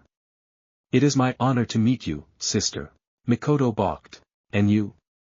Her gaze fell upon Kurura. Well, Naruto-san is the reason I'm here in the first, so, her head jerked down in a clumsy bow. Pleased to meet you as well, Mikoto-sama. Great. Naruto sighed, wriggling out from under the Uchiha heiress in an impossible movement. Now that's settled, I'd really like to get some rest. Hold it, Hi. Mikoto's Sharingan flared. I haven't seen you for 3 weeks, she licked her lips. Did you really think I'm letting you get away that easily? Ahahaha, can't this wait until morning? He gulped as Pakura moved to pin his right arm, and Kurura his left. Traitors, the both of them. No. Mikoto smiled far too sweetly. Now, lay down. Naruto's sweat dropped as she pushed him back onto the bed, all the strength sapping from his spine as the 3 girls closed in on him. Balls. He wouldn't be getting any sleep tonight. Meanwhile, deep within the bowels of the hospital bed, a bandaged body twitched. Stirred, awakening from the coma for the first time in nearly a month. He was alive. Impossibly, his body still drew breath. Alone I blearily held onto the ceiling, staring at the white plaster with murderous intent as though he could somehow bore through the walls of his prison to find the man responsible for his wounds. His right arm may have been severed, his left eye all but destroyed by the blaze, but the eye that remained carried incredible power. Power that only he knew of, awakened by what he'd thought had been his death. The Mangekyo Sharingan. His pride had been shattered. His body broken. His woman stolen. But he still had his life. STLL had his eye. And he swore with every fiber in his being that he would make Madara's descendant pay. He did not know how, did not now when, only that he would. He would make him pay. See him suffer before he died. His very being was consumed with this desire. As his career had been taken from him, so too would he take everything out of his fellow man. Maki him W, ho. An unfamiliar voice cooed. You survived after all. HNNRGH. Bandaged though he might be, the man strained, his lone eye balefully turning to regard he who dared to trespass upon his brooding. The figure he saw was one of pure white, nothing more. Their body was warped and strange, horribly deformed to gaze upon. It leaned down, smiling at him. Do you want revenge? The man in white grinned. Do you want to hurt the one who did this to you? The burned man nodded fervently. Good. The creature cooed. You'll be a useful pawn. Mouth muffled by bandages, Uchiha Fugaku growled a name, low and deep in his throat. He would work with this strange creature, and the man who controlled it. He would make his oppressor suffer. Uchiha, Naruto. 12 hours later. And that's why I'm so tired. Naruto relayed to Sarutobi the next morning, utterly unaware of the nemesis he'd created. Longest night of my goddamn life. One had only to look at him to know he spoke the truth. His eyes were dark and hooded, deep bags a silent testament to last night's conquest. He'd never come so close to a heart attack thanks to Mikoto, and he'd nearly had another after convincing her to accept Pakura and Kurura in the first place. He'd attended the ceremony for his new rank earlier in the day with stoic indifference, but before he'd had a chance to make his escape he'd been nabbed once more. Yet again he found himself in the Hokage's office, and when the latter had asked why he looked so tired, it had all spilled out. So, I take it they decided not to kill you? Worse. They decided to share. I don't see the problem, there. Hiruzen replied, a knowing smile tugging at his lips.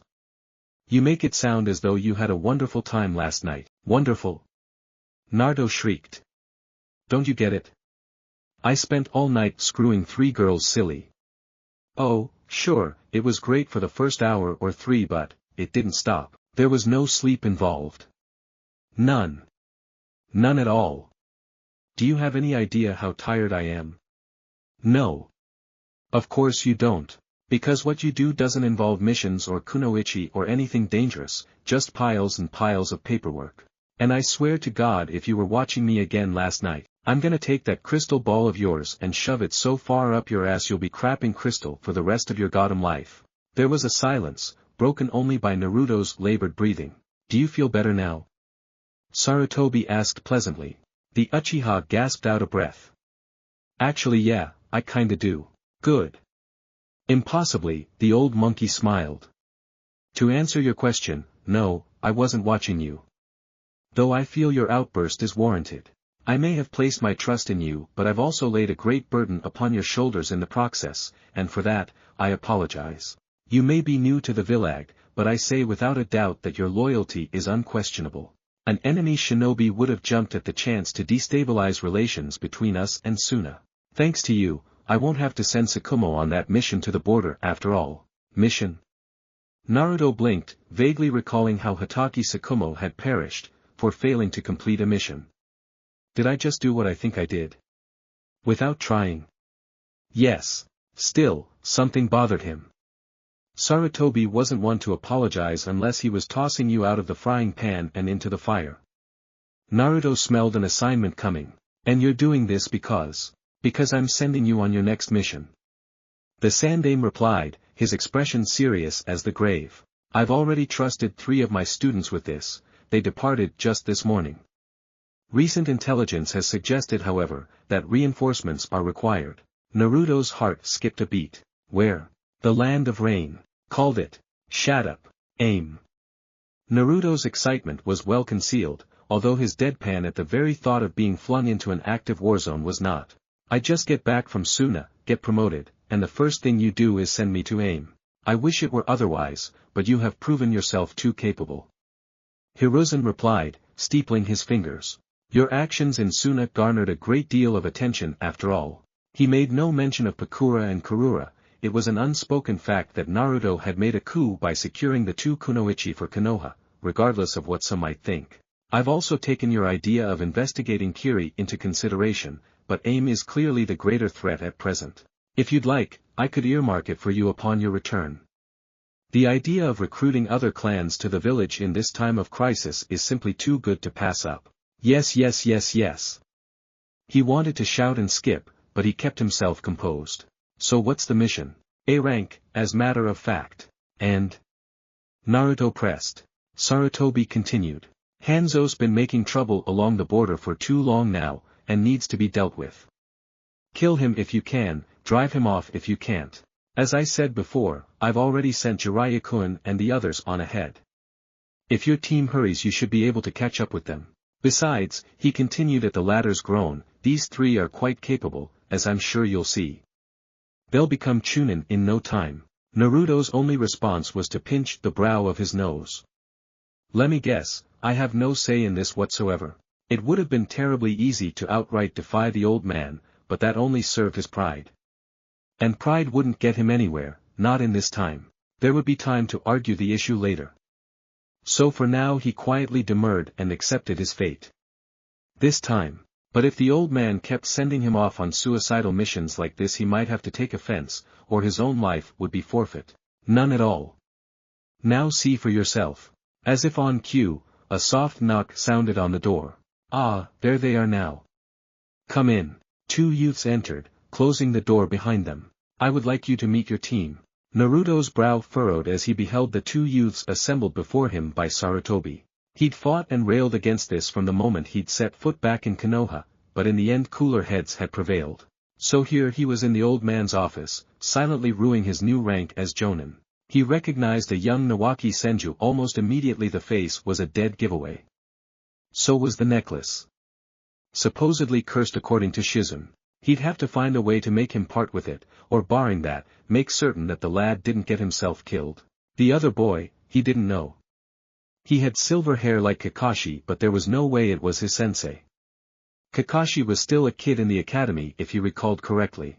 It wasn't until Sarutobi identified him as Ibiki Marino that he actually got a rise out of Naruto. Oh, this was rich. The man had scared the crap out of him when he was a kid but now the tables were turned. Speaking of tables, where was the 3rd student?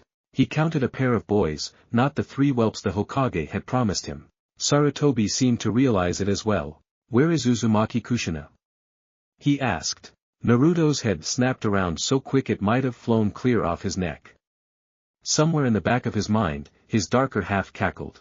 Naruto only had one word for them both. No. Yes. Hiruzen answered immediately, ignoring the killing intent that flooded the room.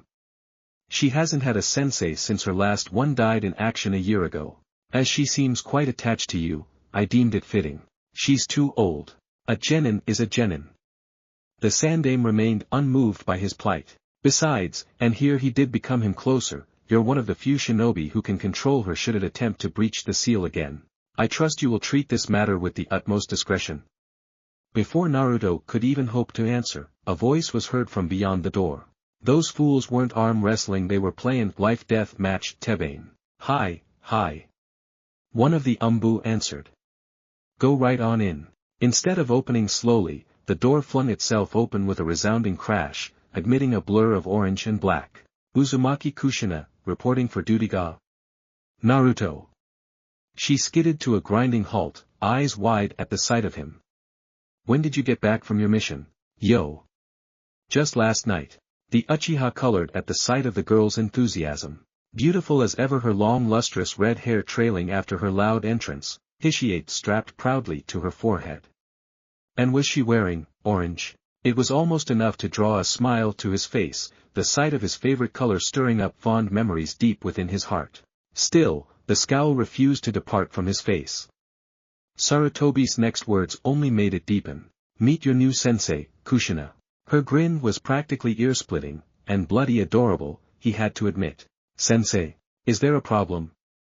Naruto bit back a groan, resisting the urge to fawn over that adorable face. Kami preserve him, this was going to be hard. Talk about stating the obvious. Oh my gosh no. Breath rushed out of him as she glommed him, her slender arms squeezing his ribs with enough force to nearly fracture bone. Such strength. What was it with redheads and that? Gasping for air, he loosely patted the kunoichi on the back, quietly grimacing at the affection in her eyes. The girl who might one day give to a Naruto in the future was now looking at him like a lost little puppy. He was certain that had she a tail, it would be wagging.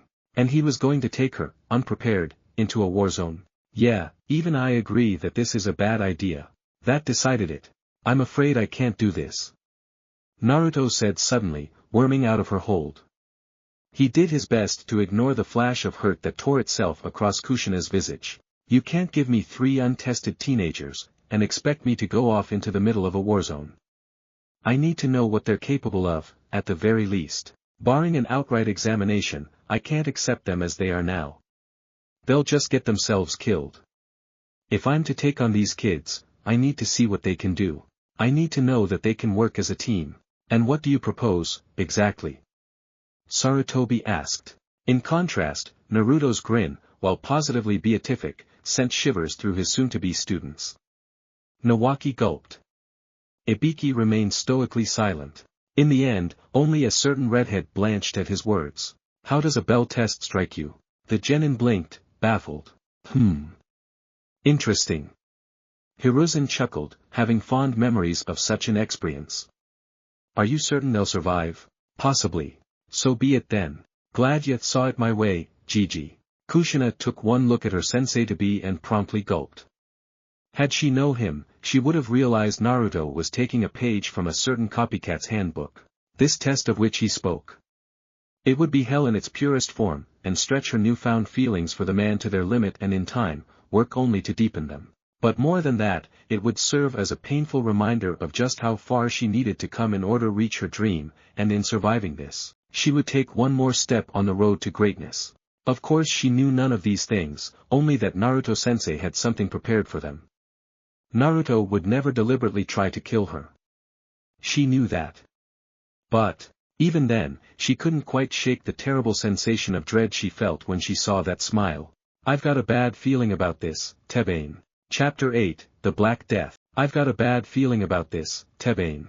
That thought was echoed only by the hammering of Kushina's own heart as Naruto led the 3 of them into the training grounds, the organ all but leaping into her throat with each step she took. What was this bell test of which he spoke? What did it have to do with teamwork? She dissected his words countless times, pulling them apart and tugging them back together to ascertain whatever hidden meaning they might entail, but to no avail. She just couldn't figure it out. Now, Kushina wasn't stupid. She might be a bit of a tomboy at times, but she prided herself on being the smartest in her class. She knew Naruto had dragged them out here for a reason, just as there had to be some explanation for the lone belt tied at his waist. What purpose did it serve? The last Uzumaki was almost certain she'd find out, in the next few minutes. Naruto wasn't malevolent, whatever he was plotting, it had to be for their own good. She trusted him implicitly. After all he'd gone through to keep her safe, there was no way he'd harm her, right? Alright, then. Even so, her heart skipped a beat as he bade each take a seat and then did so himself. She'd never be able to tell behind the impassive facade he wore, but Naruto was actually enjoying this. His eyes crinkled ever so slightly as he placed a hand on his chin and leaned dead forward, contemplating them as though they were mere pieces of meat, not potential genin for whom he was responsible. He deliberately eyes them over, seeing them squirm reminded him so much of himself when he was younger. Kakashi-sensei had honestly scared him a little when they'd first met. Ah, the bell test. Yami drawled, popping up on his shoulder in a faint plume of smoke. Damn, it's just so nostalgic, you know. And you only brought one bell. You're really gonna make the kids sweat, huh, partner? Indeed, Naruto had no intention of going easy on these three. Shinobi who broke the rules were scum. Shinobi who abandoned their friends, were worse than scum. If they were the former, willing to break any rule and work together, he'd accept them with open arms. If they abandoned one another and each strove to claim the bell for his or herself, then he wouldn't take them as his students. Ah, now he could really see what Kakashi had been thinking with this little test. No wonder he'd never taught any none before. Introductions. Time to see if these scummy students like him, or not. Ha. The trio blinked, baffled by this weird word. Dark eyes surveyed them. I said, introductions. Introduce yourselves. Make it snappy now. You, with the silver hair. His gaze slid to Ibiki. You're first. Likes, dislikes, that sort of thing. My name is Ibiki Marino.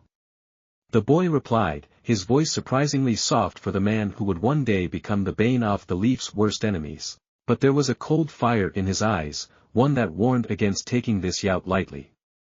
I love Konoha. I hate her enemies. My dream is to join the torture and interrogation unit and weed out all threats against the village, like my father before me. Quite the little sadist, ain't he? At least now we know where he gets it from. Some things never change, I suppose. Hi, that's a noble goal. You'll go far with an attitude like that. The faintest of smiles touched the youth's face. Thank you, sensei. We'll see about that. Next. Naruto willed himself to remain dispassionate as his gaze turned to Nawaki. What's your story, kid? He knew very little about the boy beyond the fact that he'd died young. Tsunade had spoken about him once when he'd asked, yet the pain in her hazel eyes had prevented him from prying too deeply.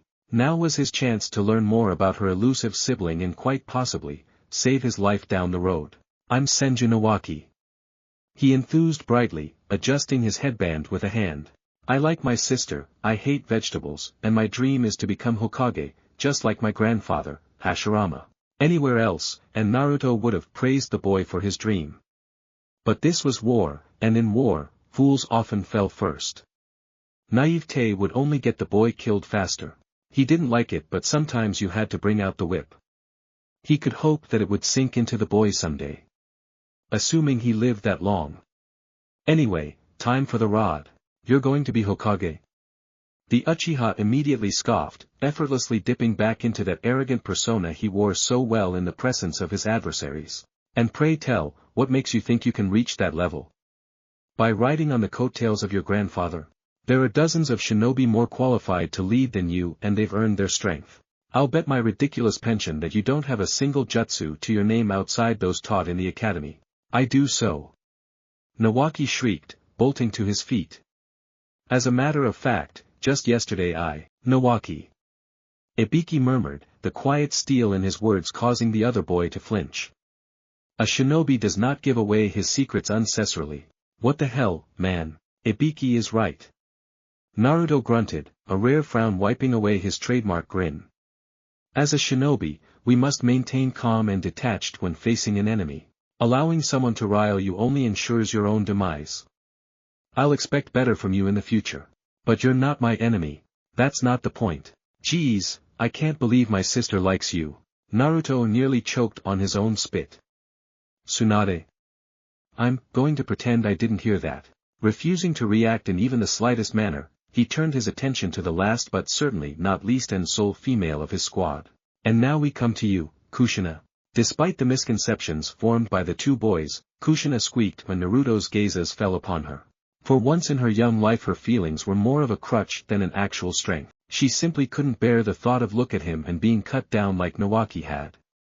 Despite his promise to be stern, Naruto couldn't help but take pity on her. Take your time, he soothed. It's just a simple question. Right. At his words, a touch of color returned to her pale visage, alongside a touch of her old bluster. My name's Uzumaki Kushina. I like orange, Mikoto-chan and ramen, especially the kind they serve back at Ichiraku's. My first dream is to become the first female Hokage so everyone will respect me. She was grinning now, all of her fears forgotten as she poured out her life's goals. Then start a Byaeg family. And my second dream is. Naruto prodded gently. Her eyes flickered to him and her face flared brighter than her hair. She daren't continue. That's a secret, Tebane.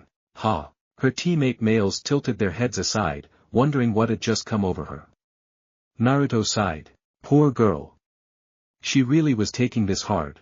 She looked so serious that he felt a sudden impulse to reach over, sweep his fingers through her hair, and tell her that everything was going to be okay. Feeling his gaze on her, she turned and caught his eye. The two of them shared a slight smile then, and for a moment they weren't master and student, just two shinobi. Allies. Friends.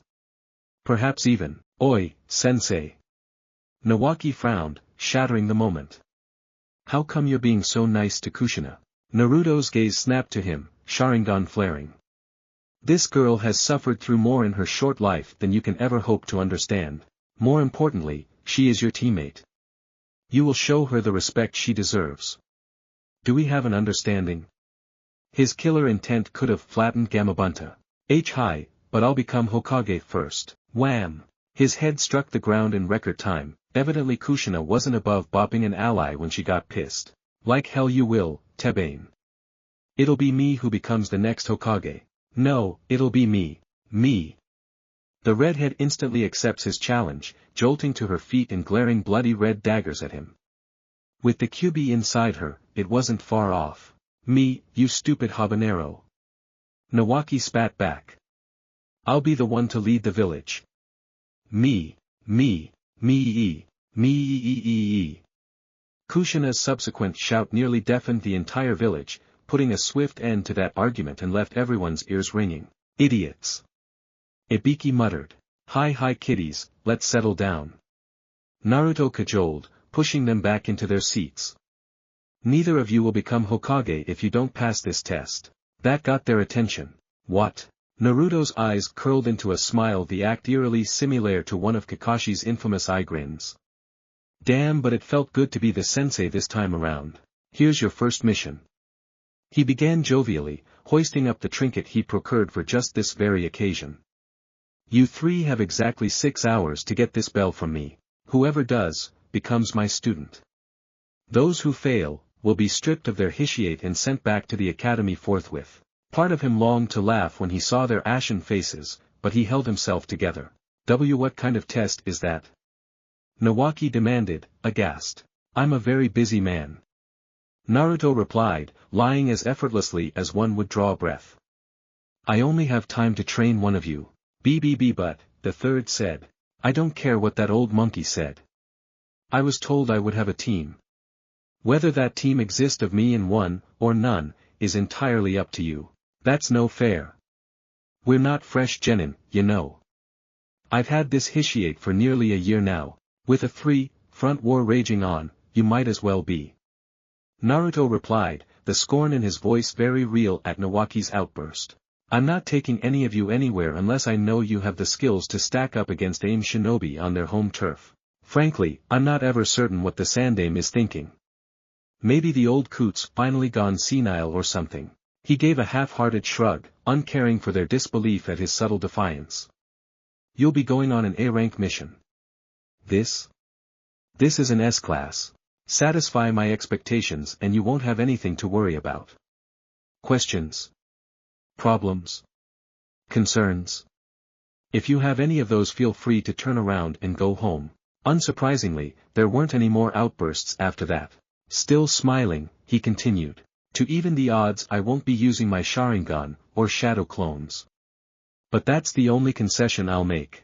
Ninjutsu, Genjutsu, and Taijutsu, everything else will be fair game. I'll even accept seals, if any of you know of them. Kushina, I'll also allow you to use that if you can control it. Remember, there's 3 of you, and only 1 of me. Come at me with intent to kill, and someone just might get a bell. When do we start? Now. Naruto grinned and placed a thumb into his mouth, biting down hard on the digit.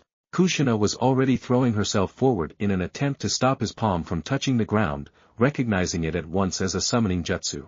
She thought she caught a flash of approval in her sensei's eyes, then he was all but gone in a plume of smoke. Her kunai struck something sharp and unyielding, a split second before she found her arm locked in an inescapable vice. For all her strength she found herself powerless, unable to move her trapped limb even an inch. Ararara, what is this? A large, red scorpion unfolded itself before the baffled kunoichi, its crimson carapace glinting dully in the afternoon light. Her arm lay trapped in one of its pincers. Any other kunoichi would have quailed at the sight of that bug being so close to them, but not Kushina. Though the creature was easily twice her size and thrice as heavy, she didn't falter. Not even a little bit. That is, until it spoke. You called, Naruto-sama. A distinctly feminine voice issued from its mouthparts. Sorry, Benikase-chan. Naruto apologized, but would you mind playing with her for a bit? Not at all. The insect hissed, drawing the girl closer. You promised me some amusement last night, but I didn't think it would be so soon. Oi. Kushina yelped, not liking the look in those eyes, not one bit. Let me go, Tebane. I said, Suryu no Jutsu. Water Dragon Jutsu. A mighty deluge of draconic water battered Benikase from the side and suddenly Kushina's arm was wrenched free, allowing her to whirl away. She caught sight of Ibiki out of the corner of her eye, the silver-haired lad heaving a deep breath as he felt the side effects of chakra drain. So focused was she on her teammate, that she missed Naruto's slight smile. That's the way. Thanks. She gasped out, sopping wet, but in one piece thanks to his efforts. It's nothing. Her teammate replied, readying himself as Benikase turned towards him. I hope you have a plan though, because I won't be able to do that again for a while. Oh ho ho, the scorpion tittered softly, shaking herself dry with a shiver. There's a little fight in you, boy. I like that. Perhaps I'll play with you instead. Don't forget about me. Benikase didn't even bother to turn, she simply swatted Nawaki out of the air with her tail, arresting his aerial assault before it could even truly begin, knocking the breath from his very lungs. The boy cried out as the sheer power flung him into the lake at the edge of the training field where he promptly sank like a stone. He did not emerge from those watery depths. Unworthy. She snorted, refusing to even look at where he was still sinking. Shinobi do not advertise their presence. You would have had a better chance if you remained silent. Ouch. Naruto permitted himself the smallest of cringes as a few bubbles trickled to the surface. I forgot how powerful scorpions are, ma. At least she didn't sting him. Nawaki. For the first time since the exercise had begun, distress crossed Ibiki's visage. Hold on. Benikase was suddenly there, blocking him with her pincers. Did you forget about me? TCH. Both boy and bug spun away in a bizarre waltz, pincers and kunai striking in fast and furious tandem, neither able to land so much as a telling blow on the other. Kushina was suddenly left alone with her sensei, one teammate fighting for his life against a killer scorpion, the other drowning in the bottom of a lake. Naruto turned to face her and she quailed inside at the look in his eye, suddenly aware just how truly beyond her he really was. It was like comparing a green genin to a Kage. Of course the monkey would get slaughtered. But Kushina was nothing if not stubborn, and she wasn't about to let the chance slip by. I will get that bell from you. She swore, steeling herself. Foolish girl. The Kyuubi's voice berated her from beyond the seal. You clearly don't understand the purpose of this exercise. Shut up, she refused to listen to the fox, too often had it tried to trick her in the past. It would stay right where it was, in the seal. I invite you to try. Naruto beckoned, crooking his fingers at her. Come. She did, lunging at him with all her might. Stronger than her though he surely was, she had a few surprises in store for him. The month they'd been apart had not been wasted, she'd more than a few tricks up her sleeve now, tricks she planned to utilize to devastating effect. You asked for it, Tebane. Come on now, a frontal assault. He deepened as she hurtled toward him, intent on clobbering the daylights out that smug smile. You know that won't work. Imagine his surprise when her speed suddenly tripled, her beautiful body Kami, stop thinking like that, vanishing in a sudden swirl of dust. Naruto blinked in bemusement, true to his word, he hadn't activated either of his eyes, so what came next was completely unexpected. The first punch came at Naruto sideways, spinning his upper body around with the force of the impact and driving him back a half step before he fully recovered his equilibrium. Somewhere under his feet, the earth seemed to shiver and quake, threatening to give way. He spat out a tooth and wiped away the blood. It regrew almost instantly. The benefits of Kyuubi's chakra, but that did nothing to check his own amusement at being clobbered by the redhead. Ho! He blinked, thumbing a thin line of red away from his face. I wasn't expecting that. This might be interesting after all. He didn't even bother to turn as Kushina whispered into existence behind him, didn't flinch as she barreled through his guard once more to strike him solidly in the back of the head. Poof! Kushina swore virulently as the Uchiha popped into a log, vanishing in an effortless replacement. He hadn't even used the seals. Scarce had she thought this than a large hand closed around her wrists and bent them around her back in an effortless motions. Strong notes of a familiar body pressed up behind her, causing her face to flare. She flared chakra to her limbs once more, in an effort to throw him off and, nothing. Even with her newfound strength, she found she couldn't bring herself to budge him. Not even an inch. What the heck? Forcing. The Uchiha murmured from where he held her, bemused by her jutsu. You channel chakra into your bones to speed your strikes and strengthen your blows. Not bad. Similar to Tsunade's technique but less refined. Still, impressive. The Uzumaki clan is knowledge in such things after all, seals and whatnot. Would I be correct in assuming you have a seal here? His gaze ghosted over her a bicep, and here? Once more Kushina burned a great glorious red beneath his gaze, more so as his eyes lingered on her thigh just a touch longer than was necessary. Wait, seals. He murmured, awed. Fascinating. One for each limb. You really have improved, Kushina-chan. In more ways than one. Was that lat bit just imagined on her part? She hoped it wasn't. Sensei. Kushina struggled in his grasp but to no avail, he just pulled her closer. This close she could feel his breath on the back of her neck, the latter burning in heat. He was stronger than her and on some level, a small part of her almost wished he'd press even closer. Ichiwai. She swiftly admonished herself with a shake of the head. You can think like that later. After you've got the bell. With no other recourse left to her, Kushina did the only thing she could. She released them all at once, jumping up off the ground in the same instant to ram her head into his chin. The Uchiha grunted in surprise when she made contact, both at the sudden speed and force behind the blow, his mouth snapping shut with an audible click, more than enough force to bloody his tongue in mid-speak. Red spurted between his lips. Let it never be said that his mother didn't have a hard head pain exploding in the back of his mind, momentarily distracting him. He'd been hurt again. Kushina had actually managed to inflict all but 2 wounds in a matter of minutes on him. Granted, he hadn't been giving it all he'd had, but still. Abruptly he released Kushina, she stumbled away from him almost as an afterthought. The bell. Her fingers had just brushed it when she realized Naruto was making no effort to stop her. Immediately, she suspected a trap of some sort, but no, he was just standing there, one hand clamped firmly over his mouth. She blinked up at him, her hand still closing around the bell almost of its own will, until she saw the blood. At once, she'd put 2 and 2 together, lunging up with a gasp when she realized what she'd done. Her hand, refusing to relinquish its hold around the bell, yanked it off the string without a second thought. Sensei. Oddly enough, her first thought was not of passing, but for him. Are you alright? You're bleeding. Naruto gawped at her in mute disbelief. Ah. She stared down at the bell, realizing what she'd done. You, ridiculous. He gasped out with his damaged tongue, staring at her in disbelief. Who the hell does that in combat? He touched a chakra-infused hand to his bloody mouth, rapidly regenerating the wounds she'd given his poor tongue. Letting your guard down like that. If I'd been an enemy, you would be dead. But you're not my enemy, Kushina. Ibiki whirled away from Benikei's and spat, expelling a geyser of water with enough force to hurl his opponent back into the forest and cancel the summoning. Whatever you do, don't let go of that bell.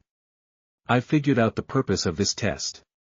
He wants us to work too. Too late, Naruto's heel snapped outwards and sent the kunoichi flying.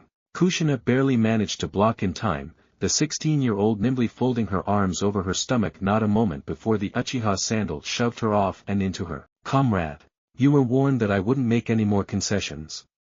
Naruto pointed out, placing a thumb between his teeth once more. But since you seem so eager, I'll show you something special. Behold. Ah, the miracle of shadow clones. He may have gotten no sleep last night thanks to his girls, but those 12 hours hadn't been wasted by the clones, either. The doppelgangers he'd created beforehand had been hard at work with the 2 summon contracts they'd been gifted, and their results did not disappoint. Smiling serenely, Naruto placed his still bloodied hand to the ground for a second and final time. No simple scorpion came forth this time. It was something larger, angrier, and far more lethal. Kuchiyos no Jutsu. The roar of a dragon shook Konoha to her very bones. Mikoto cocked an ear as that terrible howl reverberated through the village. Anyone else would have been stricken to their very bones with fear, but not the Uchiha heiress, being one of the few privy to his newly acquired summons, the others currently sprawled out in bed beside her. Kami, what a night that had been. Honestly, when he does something, he really does go overboard. Kushina had rarely felt fear before. It was almost ironic, she had one of the most powerful Biju alive sealed into her stomach and yet she'd hardly ever experienced true terror. Oh, she'd felt a very small fear before when she'd been kidnapped, but that had all but vanished when Naruto-sensei came to save her. Since then she'd worked hard to become stronger and in the progress she'd made during the last month she thought there was nothing she could not face. That is until now. Until this very moment in which Naruto laid a hand upon the ground and called forth hell. Terror. Her knees knocked together as a massive tail split the earth in twine, his black, pointed tip swaying with malice and menace. Her soul quivered as the bone-shattering snarl of a legendary creature rent the air apart like tissue paper, its cruel claws tearing great gouges out of the earth. Bahamut.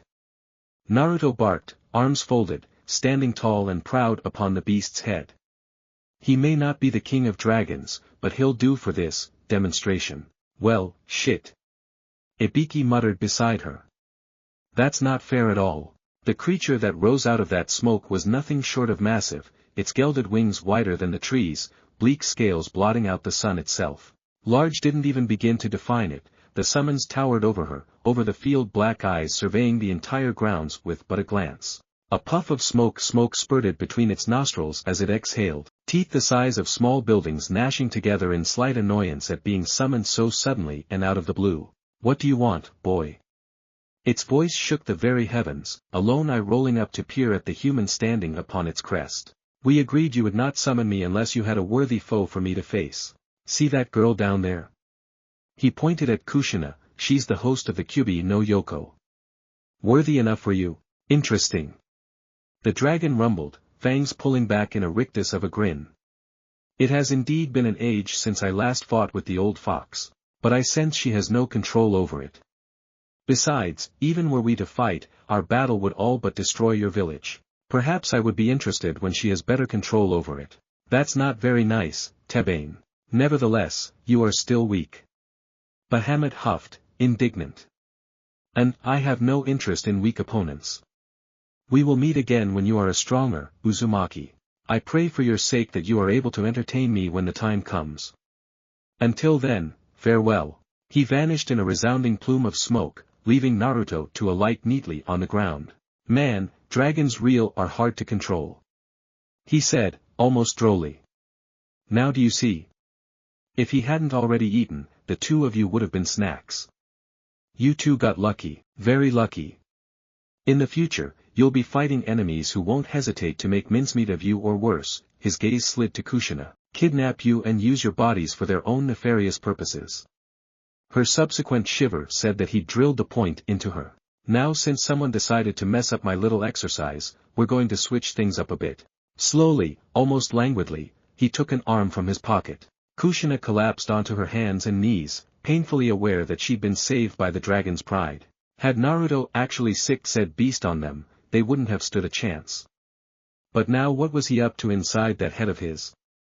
Was he going to summon something else? She started, suddenly realizing that despite all odds, she hadn't let go of the bell since she'd claimed it. None of this made sense.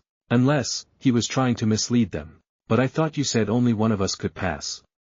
She held up the trinket that was the bell, and for a split second, a flicker of approval crossed the blonde's visage. He took a single step backward, bringing himself nigh up against one of the many trees leading into the forest. Her eyes snapped to him immediately. Clever girl. She picked right up on that. So you finally going to fight us? Ibiki challenged, his confidence finally on the rise. In a sense. Naruto drew a line in the earth with his foot. Your new mission is to make me move over this line. Into the forest works, too. Ha. That'll be easy. Kushina slid forward into a taijutsu stance, confident she could surprise him yet again. After all, she'd already made him move once. Don't think I'll make the same mistake twice. Naruto, hey. She swore, drawing a kunai of her own. No fair. Aren't you going to at least try and fight seriously? She immediately regretted those words as the Mangekyo Sharingan flared. I suppose I could attempt it. Wait a second. Ora dash. Naruto's only response was to bite his thumb again. What emerged this time? No scorpion or dragon. Something far more simple. It had been a gift from the Shinigami some time ago, and he just hadn't gotten around to using it, not seeing a time or a need. But these kids were beginning to get on his nerves. Two of them had already ascertained the purpose of his little test, and what's more, they'd ruined his fun. So, really, it was only natural that they repaid him, no. Brandishing it, he reveled in the slight gasp that went up from Ibiki. That fan. Ah. Naruto smiled benignly, lofting the large weapon as though it were no more than a feather's weight. You recognize this, Ibiki-kun? That's right.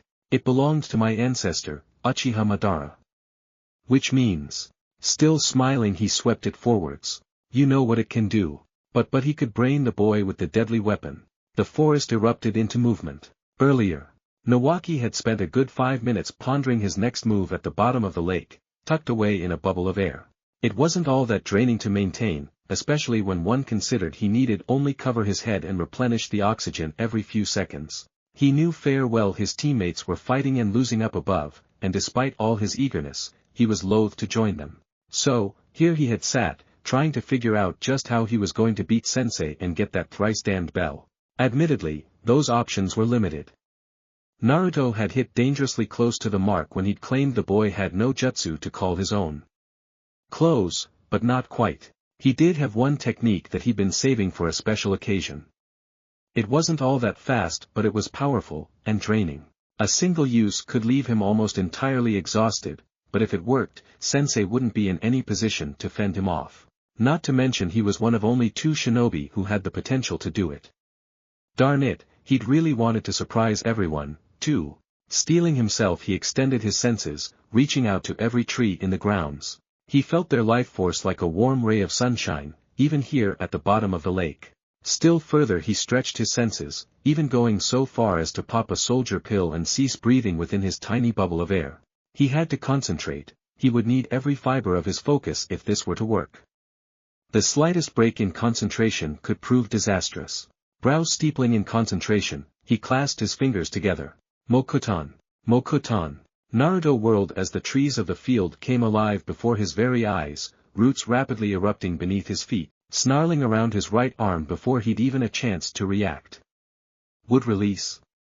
What the hell? He felt the roots tugging down on his arm with incredible strength, and it actually required some of his own to resist. The timing couldn't have been worse. No sooner was he bound, than Kushina and Ibiki chose that moment to gang up on him, not individually as one might expect, but in tandem. Nawaki, you marvelous bastard. Aren't I awesome? Naruto didn't see the boy emerge from the tree line, didn't even realize the genin had stepped straight off a tree itself. He was too busy trying not to laugh out of the irony of it all. Kushina looked like she was about to bounce out of sheer glee. Wait a sec, what was that emerging from her back? Oi! The latter completely baffled him with the emergence of her chakra chains, something he had never seen, or known, to have existed. Those deadly barbs were as fleet as they were agile, holding his free hand fast, her golden tethers binding the limb back before he could act. And that was before Ibiki summoned forth those wires from God knew where, effectively binding him in place against the three with a violent tug. Naruto almost smiled at the audacity of such an attack. He'd been pinned once before in his youth with this very move. He had a feeling he knew what was coming next. Yami was less tact when faced with the sudden reversal. Cheeky little. For a very long moment, Naruto simply smiled within his powerful prison of chains and wood and wires. He'd known all along that Tsunade and Nawaki were the grandchildren of the first Hokage. Hell, everyone knew that. But never, had he either to dream the boy to awaken his blood in the midst of a battle, or had he achieved this power even before then. Regardless, it was a milestone. Not nearly enough to hold him for more than a few seconds, but still, for a genin to unlock his bloodline. And despite his expectations, his kids had managed to bind him. God, it was almost enough to make him proud. Goryuka no Jutsu. Those thoughts fell apart as Ibiki opened his mouth and exhaled, expelling a familiar dragon of flame. Naruto blanched. It was much larger than the one Sasuke had spat at him. Oi, isn't that a little excessive? Holding back or not, that could really hurt him. His armed arm bristled, muscles bulging as he used his full strength to tear it free. He flung it up before his face. Bakram. The ensuing explosion was nothing short of spectacular, blinding his genin to the chaos they'd inadvertently wrought. When the smoke finally cleared, they could see the Uchiha was utterly unharmed, having tore himself free from Nawaki's bonds and raised the war fan before his face to shield himself from the blow. Wait. How was that possible? Madara's or not, the fan was made of paper and metal. There was just no way it could have withstood Ibiki's inferno. That wasn't bad. Naruto grunted, levering himself up once more. But even with your teamwork, you still couldn't make me move. Now it's my turn. Naruto closed his eyes and dug deep within himself, opening all his chakra points and releasing them as one. The result was as violent as it was immediate, a simple flex of muscles and his unnatural bonds quite brilliantly shattered, spraying energy in either direction. Battered by its abrupt release, the kids never saw him raise his war fan until it was too late. Uchiha reflection. Scarce had he spoke than the wicked weapon flared a fiery red and, true to its name, released the absorbed firestorm, hurling the contained inferno back to greet them, the three teens, within all its fury. Kushina had just enough time to gasp before the explosion hit, before Naruto realized he had inadvertently returned the technique with its full power, still lacking true control over the fan, thereby flinging a very dangerous and extremely powerful jutsu at his students without thinking. Shit! He started forward into the smoke with an angry hiss, peering with his Sharingan, idly fearing the worst as it began to clear. Hey! A rough voice greeted him. That hurt, Tebane. The Uchiha froze. Kurama's slitted irises stared back at him from within Kushina's visage, her lips pulled in a wide feral grin. A single hand had been flung forwards to guard against the returning attack, and it had done so quite spectacularly in her own right, shielding her teammates on either side. Naruto braced himself for an attack, but he needn't have bothered. Even, as he looked on, Kushina actually laughed, her now crimson orbs dancing brightly. She pointed at the line. Sure enough, his foot had crossed it, his sandaled toes well over the barrier he'd created. You lose, sensei. There was a silence as those words sank in. A crackle of thunder split the air. Well, shit. He murmured, scratching the back of his head. They'd gotten him. Fair and square. You guys. Pass. That lone word met with a flurry of movement from his team. Kushina screamed at the top of her lungs. Nawaki was left mutter unintelligible words. Ibiki blew a smoke ring and passed out. What? Just like that? The Uchiha painted a soft smile across his face. You already know the answer. Teamwork. Kushina's voice was surprisingly hoarse when she finally found it. You wanted us to work together, Tebane. Give the lovely lady a prize. Really, he shouldn't have been surprised by what came next. I want ramen. So it was that Naruto found his hard-earned payment from his first mission spiraling into the bottomless pit that was Kushina's stomach. Ibiki and Nawaki had each enjoyed a single bowl and he himself a few more, but the redhead was well past her sixth and still going. Well, at least he didn't have to wonder where he'd gotten his fixation from. Still, how could one 16-year-old girl eat that much? In the time it had taken him to try and think even that much, she'd already moved on to her Aigtha, make that her ninth. Gah, does all that ramen go straight to her chest or something? It'd certainly explain the breasts. Yosha. You're finally starting to see things my way, partner. I'm not even gonna argue that. Quite the eater, isn't she? Someone said from off to the side. You can say that again, Naruto muttered, turning his head toward the voice, an easy smile leaping to his face without thinking. She really is one hell of a, then he saw who had spoken. Every fiber in his body froze, black eyes threatening to try and bulge clear out of his head if he didn't so something to control them. Kakashi-sensei. No. Wait. This wasn't Kakashi. Now that he looked, Naruto was able to calm himself. Yes, the resemblance was there, but upon closer inspection, this fellow was certainly not him. For starters, there was no mask, the jaw was square, both eyes were black, and his white hair was bound back in a ponytail oddly reminiscent of the one Jiraiya wore. Furthermore, he bore a white sleeve on the right, and a tanto strapped to his back, likely the cause of a certain epithet which escaped the former blonde at the moment. Kakashi had none of those things. No, this man was undoubtedly Hatake Tsukumo. Part of him wanted to dance at meeting the Kakashi's father, but he stubbornly suppressed it. He couldn't be prone to such flights of fancy, anymore. Not if he intended to save the future. Rolling his shoulders, he willed himself to relax. Be at ease. Calm. Cool. Confident. Steeling himself, he looked the man dead in the eye. I don't believe we've met, Naruto said, slapping on his best poker face. Another thing this body was good for, and extending a hand. I'm Uchiha Naruto. Pleased to make your acquaintance. Tsukumo didn't shake. I've heard of you. Was all he would say. Frowning, Naruto lowered his hand. Fine. He was going to be like that, then. So, what brings you here? I just thought I'd stop to congratulate Kushina on her new team. Tsukumo said with a smile, as a feeling of death hovered in the air between the two of them. That, and I wanted to meet the man who saved me the hassle of going down to the border. A little birdie told me he'd been promoted and would be leading a team into Amigakure later this evening. Surprise, surprise, my little girl, just so happens to be on it. Naruto did not flinch at the slight, but inwardly, he quailed. Guh. The man was treating him like he was asking Tsukumo for Kushina's hand, or something. Gathering his courage, Naruto willed himself to look the older man square in the eye, refusing to flinch. She has nothing to fear from me. Ah. Then he paused, considering the man's words about the rain. I won't let any harm come to her either. A few seats down, Kushina pricked up, ears twitching. Yes, so I've been told. She seems quite fond of you. Tsukumo's smile didn't slacken in the slightest, but there was just a note of tension in his voice. Obviously he didn't trust him. Just so you know, she's the closest thing I have to a daughter, not discounting my son. Now, I've seen how you've made your way around this village, you've got the eye of almost every kunoichi on you. Probably even betted a few. So from one man to another, I'm going to give you the benefit of the doubt and warn you before you go and do anything stupid like that with Kushina. Hi. Naruto felt himself frown, not liking where this was going. Not at all. I'm afraid I don't follow you. Then allow me to spell it out for you. When next he spoke, his eyes were like glacial ice, cold, callous, promising a world of pain. You break her heart, and I break you. Ha. Naruto blanched at the man. You heard me, Uchiha. Once again that aura of dread appeared around him, the very air thick with malicious intent, as the area around the whitehead seemed to darken as if there was a small solar eclipse happening just around Tsukumo and nowhere else. Then it happened.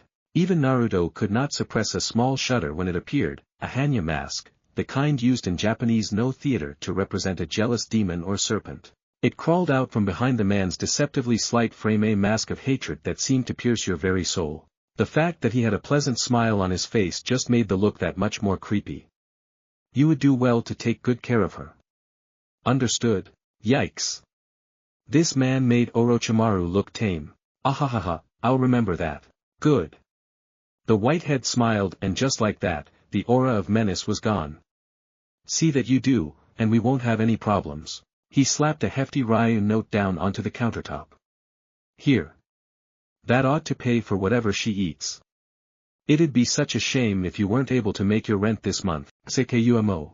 The man never got to finish that sentence as a furious Kushina thrust herself between them, her eyes ablaze, every strand of her lustrous hair standing on end. Despite the ire not being directed at him, Naruto cringed off to the side out of pure awe. She'd really earned the title of Bloody Habanero. Sakumo on the other hand, didn't bat so much an eyelash when faced with the woman's wrath. He stood tall and stern beneath the crashing waves of her anger, an immutable rock for her fury to break upon. I told you not to threaten him. She admonished, berating the larger man with a finger. You're going to scare him off. Someone has to keep an eye on your chastity. The man replied, utterly unfazed. You're only 16, Kushina. That's too young to restart your clan. A tick mark formed on the Uzumaki's forehead. I mean, that's not of your business, Tebane. Would you be willing to share him, then? You what? The fire in the redhead's eyes sputtered and died as though he dropped a bucket of water on her head. For a heartbeat, just a heartbeat, Naruto felt her gaze swivel to him, those violet orbs brimming with more questions than he was willing to answer. Ibiki and Nawaki were making a point not to look at him, doing their best to stay out of it as Kushina pinned him with her gaze. In hindsight, although the sinister silence seemed to stretch unto eternity, it lasted all of an instant. Why the hell would I care about that? Naruto facepalmed so hard he fractured the counter. Sakumo blinked, thunderstruck. At last, both men seemed to recover their composure. Well, it's your decision. Sakumo smiled, but it didn't quite reach his eyes, not as he turned his gaze upon Naruto. But remember what I said, Uchiha. The ex-blonde watched Kakashi's father depart with relief, quietly shivering at his passage. Scary. So, Mikoto got to you first, didn't she? It was not a question. She knew. Someone she'd managed to figure it out, just from Sakumo's simple hint. He'd underestimated her. I was wondering why she was so cheery, what with Fugaku being in a coma, but damn, that's sneaky. I'll have to get her back for that, among others. The words slipped out before he could think to stop them. Yet he felt nothing but relief. Sakumo had been right in that regard. He needed to be honest with her. The last thing he wanted to do was take her heart and shatter it into 1,000 pieces. Oh, others? He sighed, regretting it already. Yeah, it's kind of a long story. Tell me. Oi, it's my life we're talking about here. He fixed her with his best Uchiha glower. I don't see why I'm inclined to tell you any. Kushina didn't falter, not in the slightest. Stay away, Arriere. Although she might not be his mother in this day and age, Naruto's resolve was no match for the determined Uzumaki. Within minutes, she knew of Pakura and Karura, and while he went to great pangs to exempt what he believed would be too much for her to bear, he had the sinking suspicion the young Uzumaki knew exactly what had transpired between him and the three kunoichi. There was no anger from her. No tears. No shouts or swears or even screams on her part. Just silence. She simply sat there and just stared at him, her violet eyes boring holes into his forehead. It was like being faced with a completely different person. Naruto didn't think he could handle something like that. Look, I'm sorry if I upset you or anything. He said at last, shattering the impasse between them. But I'm not exactly the poster boy for good behavior around these parts. You should find someone nice, someone like that Minato kid. I mean, he's your age and all. Sorry. Looking, he never did get to finish that sentence. I said, sorry. Abruptly, Kushina dropped out of her seat, red hair twirling from the motion. Her lips were suddenly brushing his cheek, her words softer than satin. But you're not getting rid of me that easy, sensei. A shiver of surprise shot down his spine. If I've got competition, then I'll just have to try harder. Naruto jerked back, baffled. Where the hell had that come from? What? Kushina flushed, her earlier boldness vanishing with a stray autumn breeze. I am not saying it again, Databane. Besides, her face crinkled in a confused frown, why would I be interested in Minato? He's been acting weird, lately. Pretty sure he has a crush on you. Really? She blinked, baffled by his words. I've hardly spoken so much as 2 words to him, and even when I do, he's always shooing me away so he can train or something. Why would I be interested in someone like that? Naruto opened up his mouth to protest otherwise, and snapped it shut. Ah! It made sense now. Because Minato hadn't been the one to save Kushina, she'd never noticed him. Oh no, her radar was fixated firmly upon him, the Uchiha who'd not only rescued and mentored her, but was now her teacher. Minato was little more than a speck in her heart now. Score. The father is officially out of the way. Now, move in for the kill. Kushina, look, can we not talk about this now? She pleaded, flushing under his penetrating gaze. I mean what I said, but, she suddenly squirmed, hands writhing like snakes in her lap. It's embarrassing, Tebane. I mean, why, you're my sensei now, and you probably think I'm all weird for liking you when you've got everyone interested in you. You're right. Naruto was suddenly aware that half the restaurant seemed to be staring at the 2 of them. Let's just enjoy our ramen. Oh, thank Kami. She promptly returned to stuffing her face with ramen before he could press her for details. Naruto, relieved for the change of subject, focused on his own meal. This was it then. He was doomed. He'd laid out each and every cards for her, given her every chance to fold, to turn back, and she hadn't. She was still here, being troublesome. Making things difficult. Did he mention troublesome? Ibiki and Nawaki were wise enough to keep their mouths shut, stay silent, and enjoy their free meal. Good thing, too. Naruto was in the mood to inflict 1,000 years of pain on someone, even his students. Well, that'd be a first. A hoarse voice chuckled at him. This time, Naruto turned his head slowly, not wanting to be caught by surprise. But it was a young Tuchi he laid eyes on. No surprise there. Hadn't been born yet. Still reeling from Tsukumo's implied threats, he didn't have much stomach for nostalgia. The man's next words made it even less so. You're the first man Tsukumo hasn't scared away. He said. I've never seen her stick up for anyone like that before. She must really like you. He does this kind of thing often, but of course. The man chuckled. Kushina-chan is our favorite customer. Tsukumo's always treating her to ramen. I'm honestly surprised the Hokage didn't make him her new teacher after Karuo died. Naruto shot a withering glare at the man's retreating back, suddenly understanding just why Tsukumo had tried to scare the crap out of him.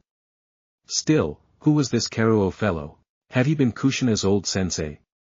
Sarutobi had suggested that Kushina was once already part of a team, but he'd mentioned no names.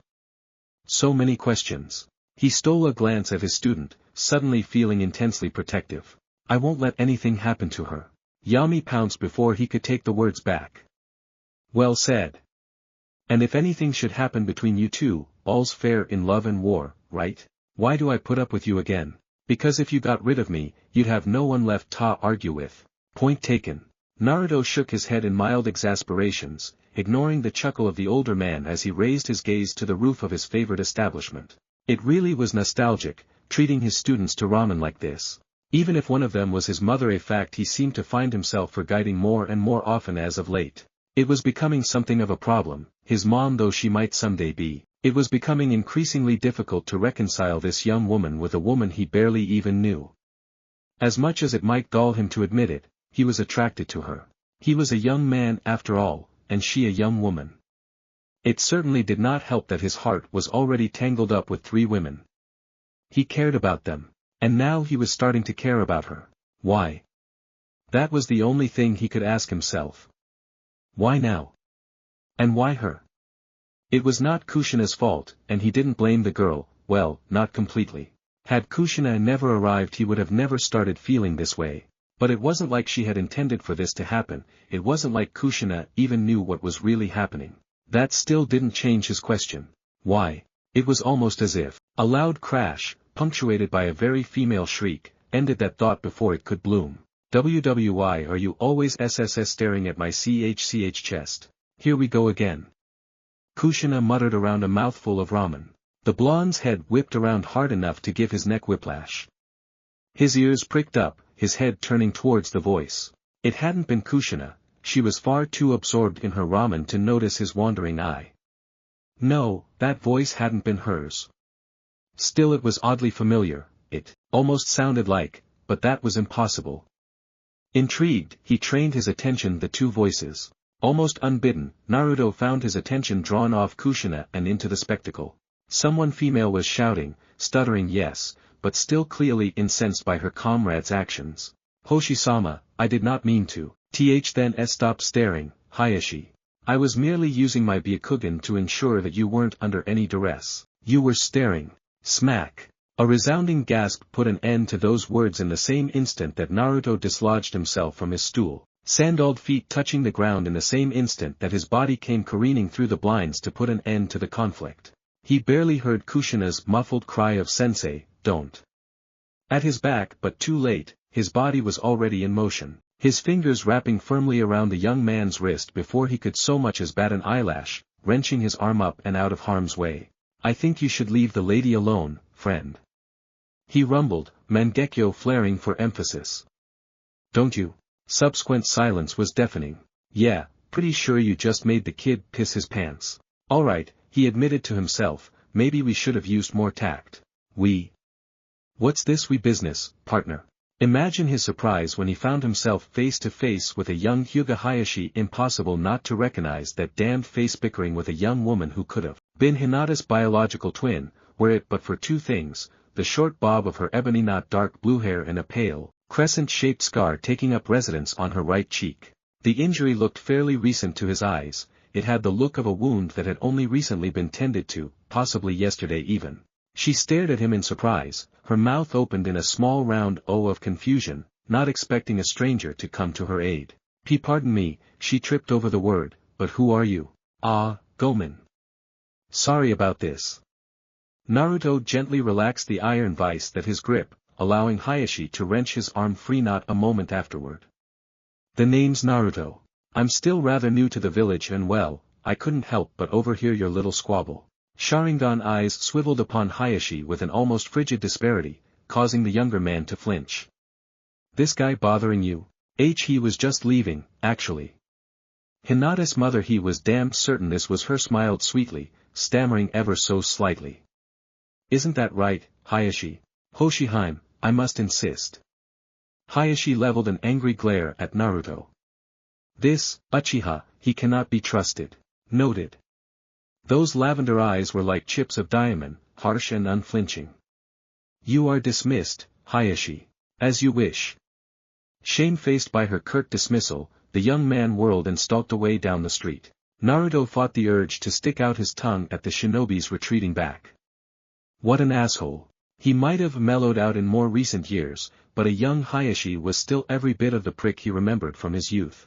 Still, Hoshi has surprised him with her sternness. Where had that stuttering girl gone? The moment he had stepped in, she seemed more confident, more, everything. Hot damn.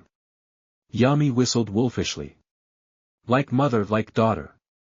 She's got a spine of steel when she wants to. Naruto resolutely ignored the wily words his darker Hulk was whispering. You gonna be alright? He asked of her. Why yes. The young woman bowed, her head inclining in a jerky bob. Thank you for your assistance in this matter, Uchiha-sama. We're both Konoha shinobi here. He raised a hand to scratch at the back of his head, slightly flustered by the formality. Just call me Naruto. You're that one, aren't you? Pardon. The Black Death. That seems to be my moniker of late, yes. Gomen. It's just, you're taller than I thought you would be. Handsome, too, ha. Hoshi squeaked, her face flaring a fire engine red. I need to go. Good luck, Hoshi-san. Kushina enthused shortly at her retreating comrade, then returned to her feast. Naruto let her go and reluctantly returned to the stand himself, claiming a stole beside his student. So was that. Oh, her. The redhead blinked. That's Hoshi. She's about a year older than me, daughter of some main branch Hyuga. Some says she's next in line. You know, to take over. Right up there with Hayashi team. Not very confident though, so she probably won't be the successor. It's sad, Databane. An almost resigned note entered her voice, those violet eyes hardening, just a fraction before she continued devouring her food. We used to play together when we were little. She's a good person, we used to play together when we were lit. Still is. I'd hate to see her get branded with that god-awful seal. Naruto quietly gawked. But she looks just like. Shaking himself, he returned his attention to Kushina. Why would they do that? You said so yourself, she's from the main branch. The redhead fixed him with a pointed look. You really don't know much about this village, do ya? Naruto shook his head. Hoshi told me, once. Her family doesn't like the way she does things. Too forward-thinking. If she became the clan head, they probably wouldn't put that thing on her. But if she doesn't. She sucked down a mouthful of noodles, gulped, and frowned, losing herself in the broth. That's how the village is nowadays. If you're different they either bully you or find some way to silence you. Hey. Those words ended in a tiny cry of flustered surprise as he reached down and tousled her hair, inadvertently pushing her hishiate down over her eyes. Give me a list of names, and I'll pay them a visit for you. I won't let anyone badmouth a student of mine. She smiled then, and it was the most beautiful thing he'd ever seen. You're nice, sensei. Maybe, but you've definitely got me beat when it comes to ramen. He. Kushina surprised him with a very sinister chuckle. That's right, Tabane. No one can beat me. Beating. Naruto suddenly thought back to the mark on Hoshi's cheek and the way she'd held her arm to her chest. Those wounds, had they been inflicted by Juken? If so then that would mean. Ah Christ, I better not regret this. Ah, I just remembered something, he lied. I need to purchase more kunai before we leave. Suit yourself. Kushina laughed, snatching his bowl up. More for me. God, she ate like she hadn't been fed in days or something. Another item Naruto resolved to rectify, ramen was all well and good, but she needed to balance out her diet. Actually, he continued, sitting back down, I think I'll wait. Okay. She blinked at him, confused. Subtly swapping himself with a shadow clone, and with his team none the wiser, Naruto followed after the Hyuga. He wasn't quite sure what had caused him to do it. It might have been her frightening resemblance to Hinata, or because he just felt sorry for the poor girl. Nobody deserved to get ogled like that. Nobody deserved that god-awful seal. She wasn't all that hard to find, she stuck out in her kimono like a sore thumb. Even so, he almost slammed right into her back when she spun around. Naruto-san. She stammered out, her cheeks dusted the lightest shade of pink. Is there something else you wanted? Actually, Naruto kindly returned the bow. There was something. How did you get those wounds? Hoshi went pale and subconsciously tucked her injured arm closer to herself. I have no idea what you're talking about. I think you do. And no, I don't. Naruto frowned, eyes crinkling at the edges in quiet contemplation. Once, he would have accepted her words. But after the world of brutality he'd lived through in the Fourth Shinobi War, he wasn't about to let something like that slide. Without thinking he reached out and took her arm. Hoshi whimpered in pain, cringing aside as he rolled up her sleeve. That was when he saw the bruises. Whomever had done this hadn't struck to inflict pain on their opponent. They'd been trying to torment her, blocking the chakra points just so to inflict the maximum amount of hurt as the Juken wore off. His Sharingan detected subtle traces of Hayashi's chakras tied down in her coils where she'd been struck. One look at her body language told him the Hyuga was in active discomfort just by walking. This was vicious. Did he do this to you? His voice was hard to find in that instant and she colored, her pale cheeks flushing a rosy red. No, Naruto thought to himself. No more denials. I don't like liars, Hoshi-san.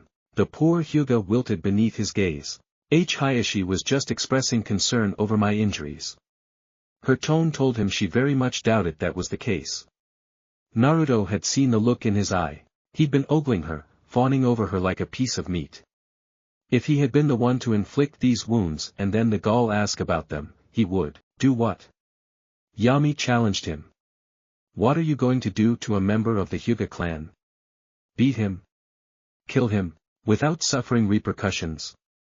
Even I'm not that foolish. Shut up.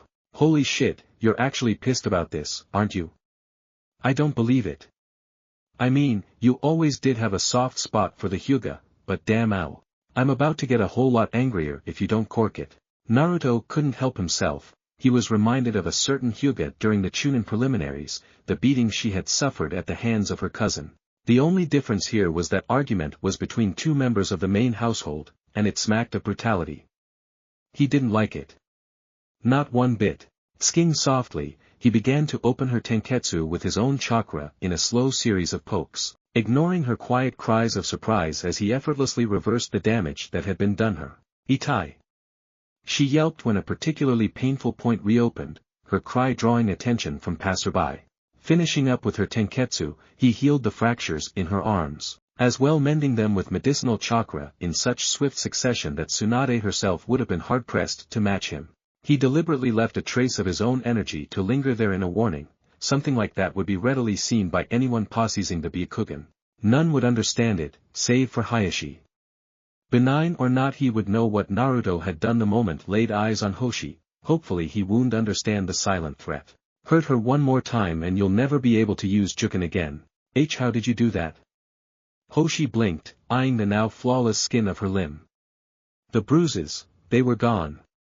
As though they'd never been. You learn a lot of things when you're on your own. He replied, a low growl snaking between his teeth as Hayashi's brutality flickered through his mind. Still, this is unacceptable. He's part of your clan. Family shouldn't do this to each other. I've half a mind to. No. Don't. I appreciate all you've done for me. Hoshi gushed, performing another perfunctory bow. Really? I do. We barely know each other. She risked another glance at her arm, and you didn't have to do that, but you did, for which I thank you. Besides, at Naruto's ire, she hastily continued. You're being groomed to be the Uchiha's heir, aren't you? There it was again, that damnable rumor that he was going to take over the Uchiha clan, now more fact than fiction. And for once, he couldn't bring himself to deny it.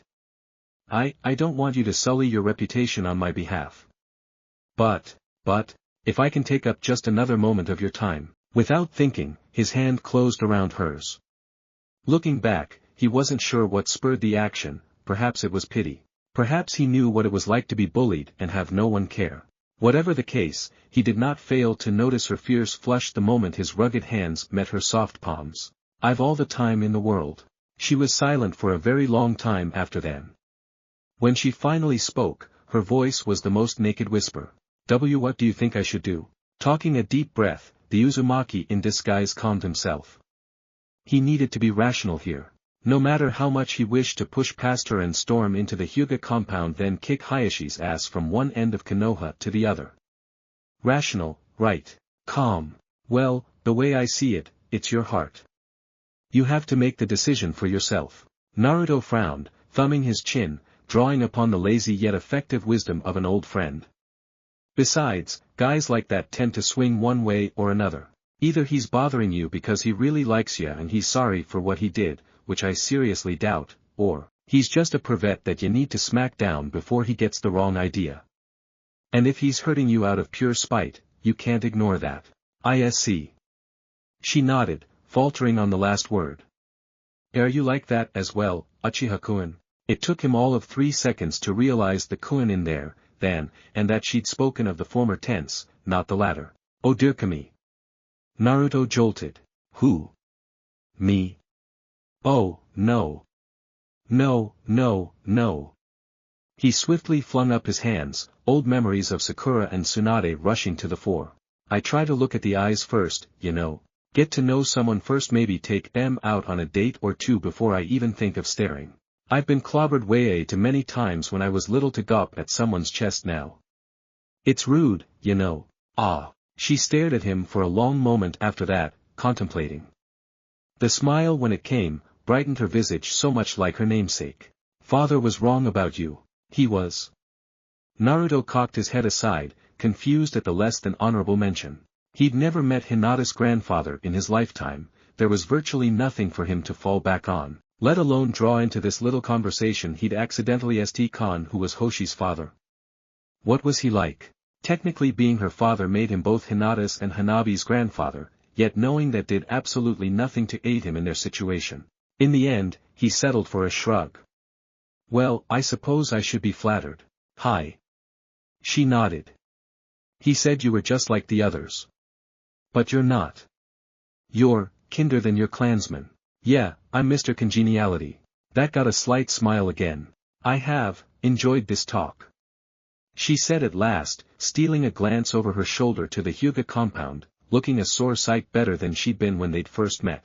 Perhaps we could do it again, sometime. She hid her healed arm behind her back shyly, a silent reminder of the kindness he had done her. He was reminded so much of Hinata in that instant back, for she'd taken that knife and, brrr. Shaking himself of that dreadful image, the Uchiha once more painted a soft smile on his face to address the possible heiress. Sure. We'll make a date of it when I get back from my mission. He'd meant it as a joke, but the way her eyes lit up. Why yes. She stuttered out. I would like that, very much. You're off to Rain, aren't you? Then, here, at his hesitant nod, she reached around her neck and unbound the necklace she'd been wearing. At least, he'd thought of it as a necklace. It wasn't until she removed it that he recognized the yin-yang symbol reminiscent of the Hyuga clan, bound in a small leather token as it were. A charm. Naruto blinked as she pushed it into his hands. Not an instant later, its leather cord pooling neatly into palm. For good luck. Another bow, another smile that made his heart skip a beat. Take care, Naruto-kun.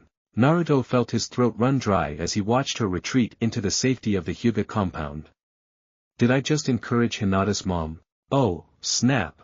Groaning, the Uchiha performed an about-face and started back the way he'd come, Yami leaving him to stew in his own bleak thoughts. Something was definitely at work here. What in the 9 circles of hell was going on? He seemed to be befriending, or outright betting the mothers of his generation. Or having them crush on him, in Kushina's case. First her and Mikoto, then Pakura, now he'd just befriended Hinata's mom on top of it. Honestly, if it weren't for Pakura, he'd think there was some kind of pattern at work here.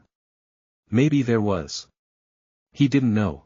Truly he cared for these girls, each of them, so why did he feel so damned guilty about the possibility of fathering most of his old friends? Maybe you should stop looking a gift horse in the mouth and just run with it, partner. Trust me, you'd be a lot happier that way.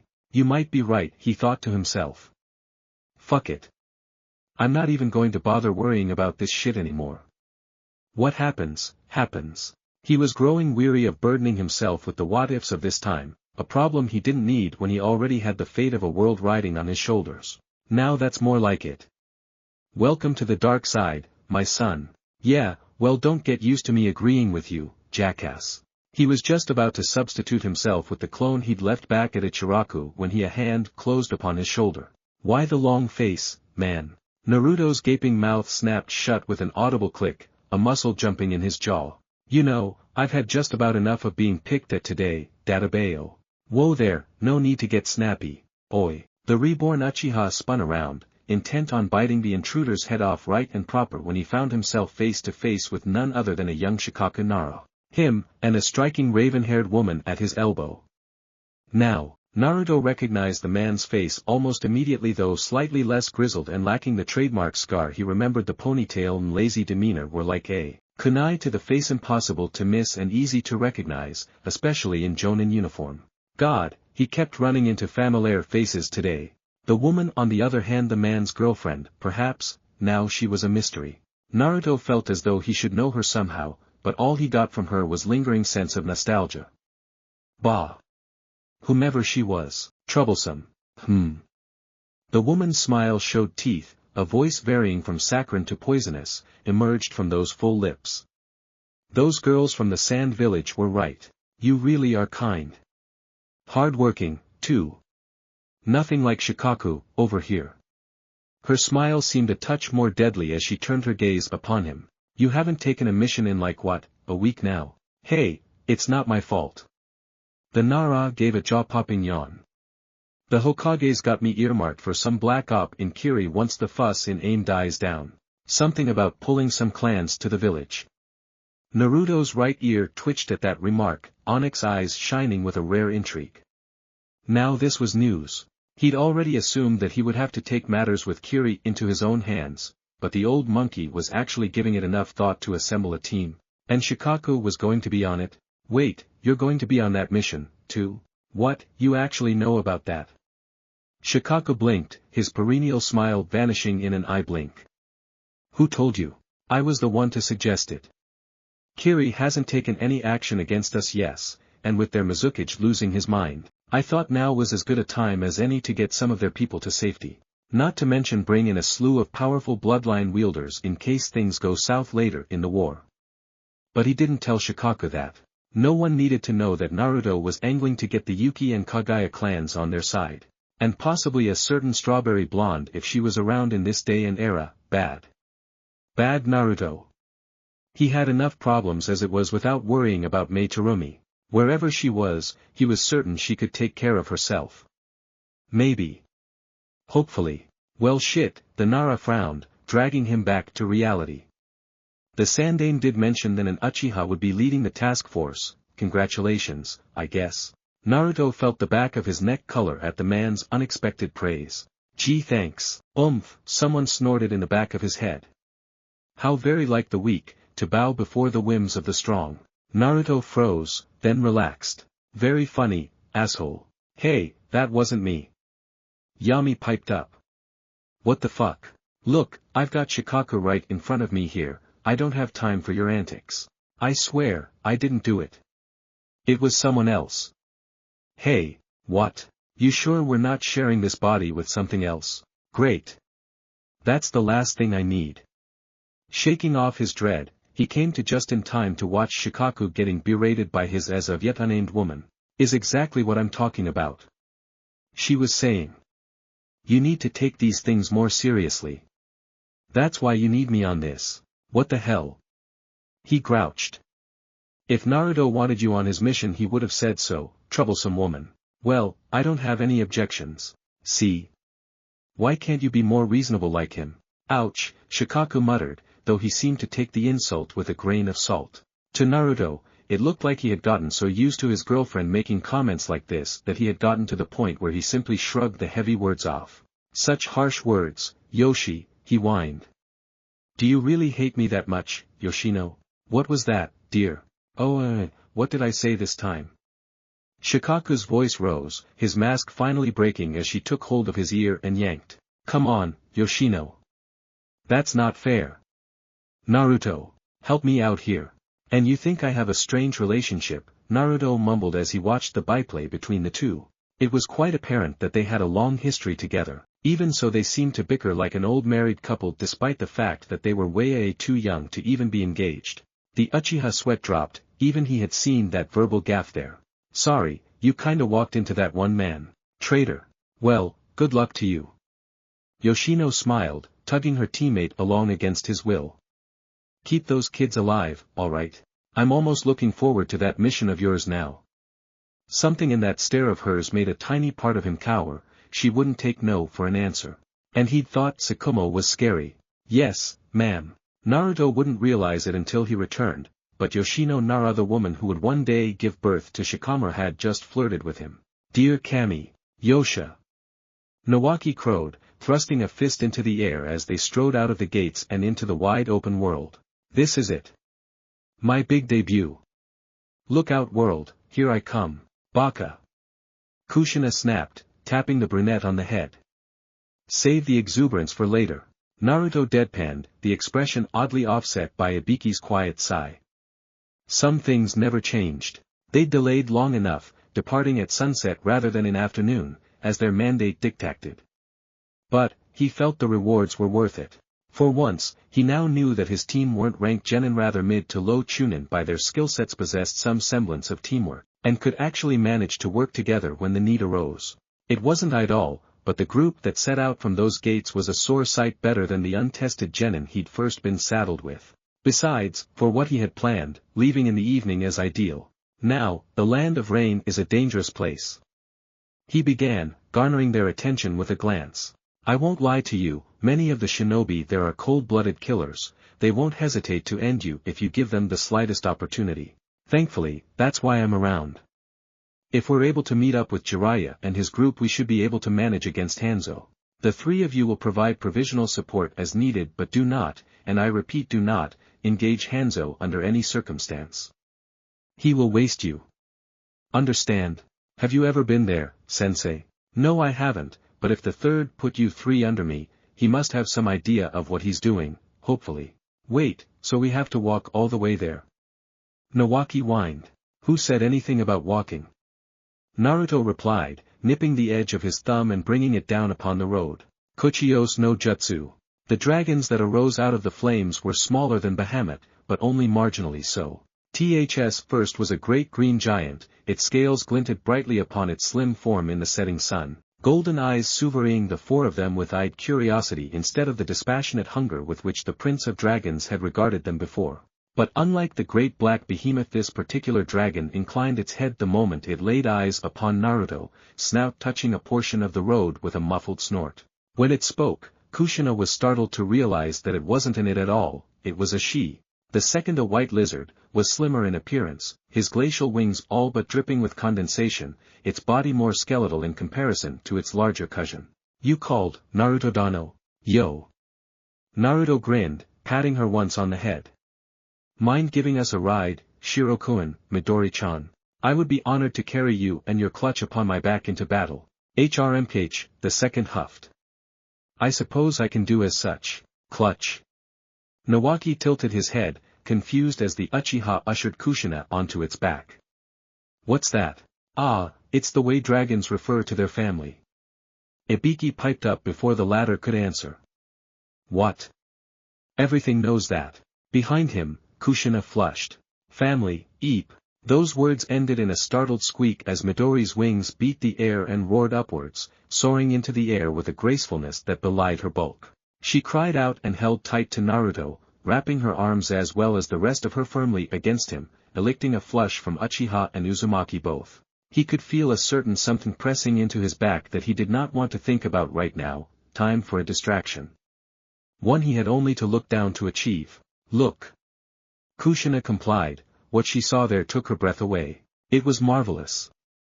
The ground was simply gone, all that lay below them was miles of cloudy sky, the stars stretching for miles overhead.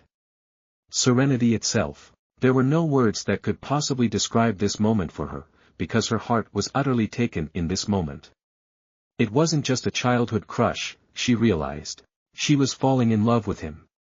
Assuming she hadn't already. Everything he'd done, everything he said only drew her in despite her best efforts to resist his charms. She couldn't help it. He'd been so kind to her, from the moment they'd first met a month before, to now, and he didn't push her away like so many others. There was a gentleness in those charcoal eyes that made her feel safe. Warm. A slight flush rose to her cheeks. Naruto. The Uchiha sputtered as she edged up against him and, lacking the courage to risk anything more with Nawaki and Ibiki so close, delivered a swift peck to the back of his neck. The effect was as immediate as it was quite pleasant. Naruto nearly jumped up into the air, his cheeks coloring in surprise as he twisted to face her. Kushina. He admonished lightly. Gotcha. The young Uzumaki darted forwards in a rare moment of boldness and wriggled into his lap. Naruto froze, his body turning to stone beneath her. Perhaps he knew what was about to happen. Perhaps not, because in the next instant, before he could even form a coherent thought, Kushina's mouth caged his in a chaste lip-locking. It was a fleeting kiss, all things considered, little more than a brushing of the lips, but she'd done it. Her first kiss. She knew it was incredibly stupid of her to even dare such a thing now that he was her sensei, but it wasn't fair. She'd liked him long before Sarutobi had assigned her to him. In hindsight, that made his reaction all the more sweet. What the heck, Databeo? I'm not sorry, Databane. She stuck out her tongue with a giggle, worming around him and burying her head into his back when he tried to reach around and grab her. Eventually, he just gave up on it. You're not angry, are you? She asked at last, the words muffled into the fabric of his jacket. With me? No, his voice was oddly thick, rough even. I could never be angry with you. She could see that his knuckles were white, knotted together around Midori's scales. So, how do you feel? About? What do you think? I'm not sure how to feel. Kushina balked, but then she caught the corner of his mouth curling upward. He was smiling. Teasing her. Irate, she pecked him on the neck again. Naruto hissed. Stop that. Not until you look at me, MMPH. His lips closed on hers hungrily. When had he turned around? Nearly. knocking her clear out of the saddle, one hand cradling her hips, the other locking her face firmly in place. The kisses were hot and frantic and angry, and it took her breath away. It was over all too soon, his body jerking away from hers with a suddenness that left her mind spinning. Satisfied? Satisfied? How could she be satisfied after a scorching kiss like that? So, just to reiterate, you don't hate me, right? She couldn't bear the thought of it. That much is clear. A soft sigh greeted her affections, but he made no move to pull away from her. A small part of her wished she could just stay like this forever, the two of them up here, Nawaki and Ibiki little more than a distant memory on their own mount. Had she paid better attention, she might have noticed him touching a hand to his lips, almost in disbelief. Wonderment. If I kissed you again, what you do? Still she daren't raise her head. Things. He relented at last, his dark gaze finally meeting her violet orbs again. Many, many things. Some of which would involve screwing your brains out. What? Despite that being the answer she wanted to hear, her face still colored at the way he'd sighed it. Sensei, you wanted honesty, didn't you? He fell silent after that, and it was clear that they would discuss it no more this evening. How long can she stay like this? She wondered aloud, changing the subject. Wah. Naruto blinked, jerking his hand away from his mouth, shamefaced. A few hours, at least. Wow, that's awesome. Kushina wriggled free to stroke the scales of their mount. You're the best, Midori-chan. Naruto blanched, both at the suffix knowing a dragon's pride and Kushina's nonchalant stroking of their airborne friend. Dragon scales could be quite sensitive. I wouldn't. Yes, that feels quite nice actually. Lower, if you please. Ah. Kushina grinned a megawatt smile, beaming as she stroked the summon scales. She likes me. Indeed, a pleasured purr snaked out of Midori's closed mouth, her tail thrashing pleasantly, as pleasant as such a beast could hope to be, her wings stressing time with the girl's firm scratching. You have a most willful student, Naruto-dano. Midori rumbled in soft bemusement. I can see why she intrigued Bahamut-sama. Ha. Kushina gasped. You mean I impressed that big brute? Indeed, little one. That settled it. She had to sign the dragon contract. Naruto could only pray that aim wasn't as bad as he feared. It was worse. The land of rain was a war zone. Not only had they not been able to make contact with Tsunade and the others, but they didn't even know where the trio was, where they had gone, or if they were even alive. Rumors abound that they had fought with Hanzo of the Salamander and perished, others said that they had conquered him and claimed aim for the leaf. Still others claimed that the Salamander had defeated them, bestowing upon the trio the title of Sannin for their courageous efforts.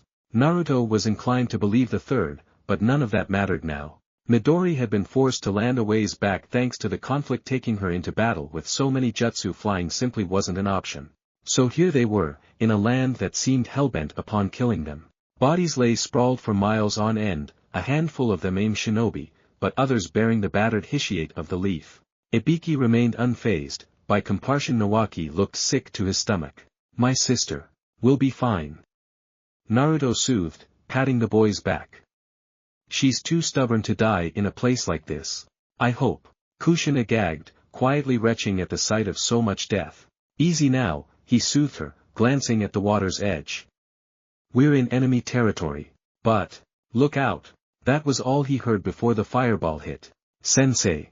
Naruto's body had been blackened beyond recognition, not from the flames, but rather his technique. He'd hardened every inch of his body with the earth release in the nick of time, his form coated in a black veneer of hardened soil even as they looked on it crumbled, revealing unharmed flesh beneath. Doton, Domu. The same could not be said of the 100 of AIM-9 that rose from the waters to meet him. He couldn't be bothered to remember their faces, their name was Legion for they were many.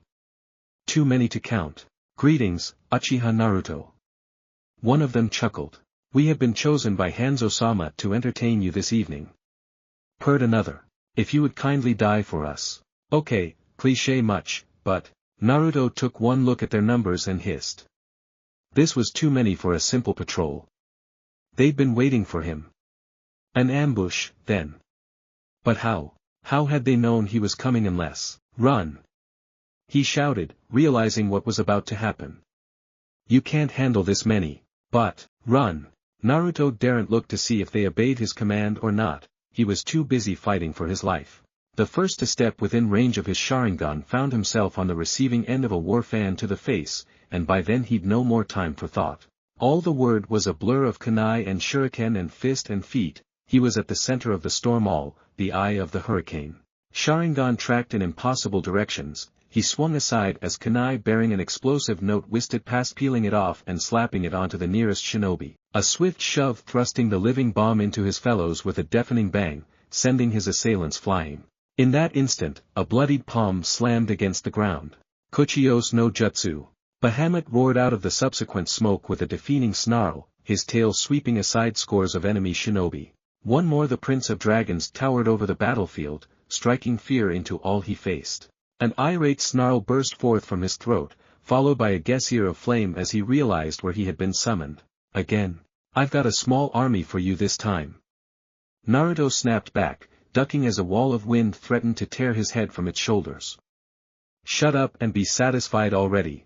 I pray that they are worthy. That was all the time he needed for the Mangekyo to activate. What followed was nothing short of a single-sided slaughter, Susanu's sinister swords and Bahamut's wrath making swift work of those who dared to come near them. Yet still they came, throwing their lives away. Jutsu were thrown left and right, blows exchanged, yet none came within arm's length of him. What was the point of this? Were they content to die without reaching him? He could just stand here, arms folded, and literally let the Susanoo end his enemies, all without breaking so much as a sweat. So why were they attacking him so blindly? What the hell's going on here? What's going on? Kushina didn't understand what was happening. Was she dead? Was she dying? She didn't understand. One moment they were scrambling to get as far away from Naruto's battle as possible. The next, something else happened. These shinobi were far beyond them, he'd said. Get away, he'd said.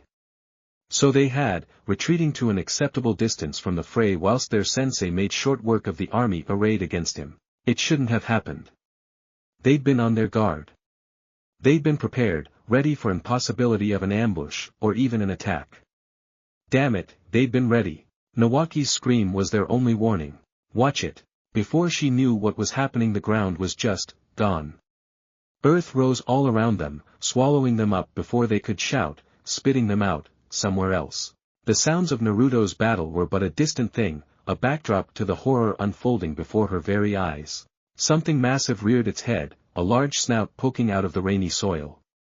Then a body, and a tail, its oily skin sliding through the muck like an eel. But this was no eel. This was a salamander. Well. A muffled voice murmured from atop the beast's head. Konoha's sending teenagers to kill me now. How disappointing. Her heart leapt into her throat when she saw that face. That mask. Oh no. No. This wasn't supposed to happen. Naruto had told them under no circumstance were they to ever face this man, that they needed to run if he ever cornered them. Ibiki went down first, clutching at his bloodied throat before he could even utter so much as a word. An elbow slid effortlessly into Nawaki's gut even as he called upon the Mokuton, his bloodline writhing uselessly at his feet as his control was severed, his body unconscious before he even hit the floor. That left her. Kushina. Hanzo turned toward her with a terrifying slowness, his Kozurigama still dripping blood. She couldn't fight him. A child had a better chance of fighting him. Anyone but her. Let me out. The fox rumbled. I can destroy this fool and you know it. Kushina gulped, crawling backwards like a drunken crab in search of water. But there was no escape and she didn't know any earth techniques that would allow her to sink into the terrain. Let me out. Sorry, he rumbled. But I won't be sparing you. Someone wants you dead. Nothing personal. This is how the world works. In that instant, crippled with fear as she was, she had two options. Give in to the fear and lose her life, or give in to the beast inside her and live. Naruto had made her promise to never, ever rely upon the Kyuubi's power. But it was either that or die. Let me out. Kushina gave in. Godeawa Amnit. Crimson chakra flooded her veins as the Bijou cloak formed, three tails of pure hate sprouting from her back in an instant as she ceded restraint. Every fiber of her being stood on end, her canines gnashing together in silent agony as she struggled to keep the fourth tail from forming any further, and she'd lose control completely. Even now, a small part of herself gloried in the release, the beast that the world feared so. Power. What glorious power. It was intoxicating, this chakra. She didn't know why she'd ever been afraid. Stop. Stop, stop, stop, stop. You stupid fox. She hissed at it, clawing at the ground with her nails. Stop messing with my head. I'm not giving in to you. And why not? The demon rumbled, bemused. Naruto was quite compliant when his life was in danger. What? Naruto's not a Jinchuriki. Ah, but that's where you're wrong, little girl. He was mine once upon a time, before this mess unfolded. Kushina yowled. Lying. You're lying. Am I now? Why don't you ask him? But first, ho. Hanzo blinked, intrigued, utterly unaware of the conflict taking place within. So you are a Jinchuriki. Interesting. Are you going to lose yourself, I wonder? Oof. His words proved the weight to sever their argument, ending now in a muffled grunt as Kushina's fist crunched against his jaw, her clenched knuckles barreling into his face with enough force to create a hairline crack in his rebreather. Despite all her anger, she felt a trickle of pride. Ha! Genin or not, she'd actually managed to hurt him.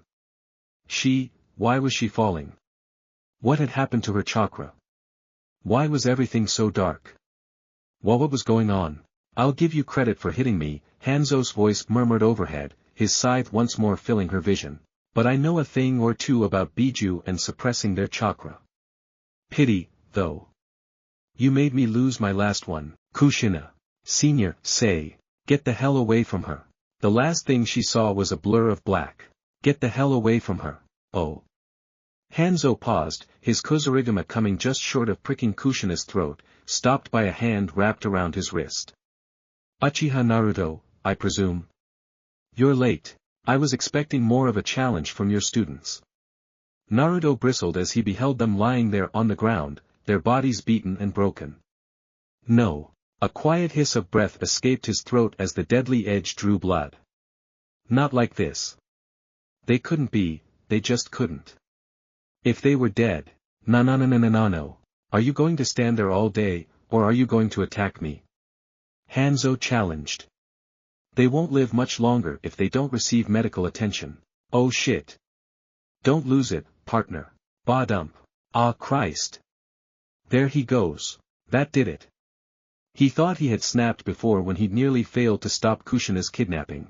He'd thought himself insane with anger when witnessed Tsunade's death in Wind Country. But this redefined anger. There was no red haze this time, no sensational of falling in the black, losing himself into the darkness.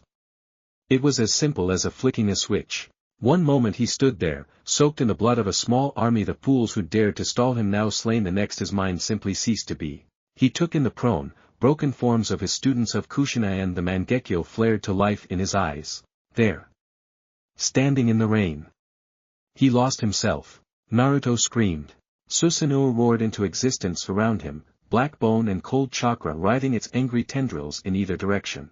Larger it grew, assuming human shape and form, then larger still, its many arms spreading outwards like an ancient Azura, 6 limbs, 6 swords slashing at the ground in a thrashing frenzy.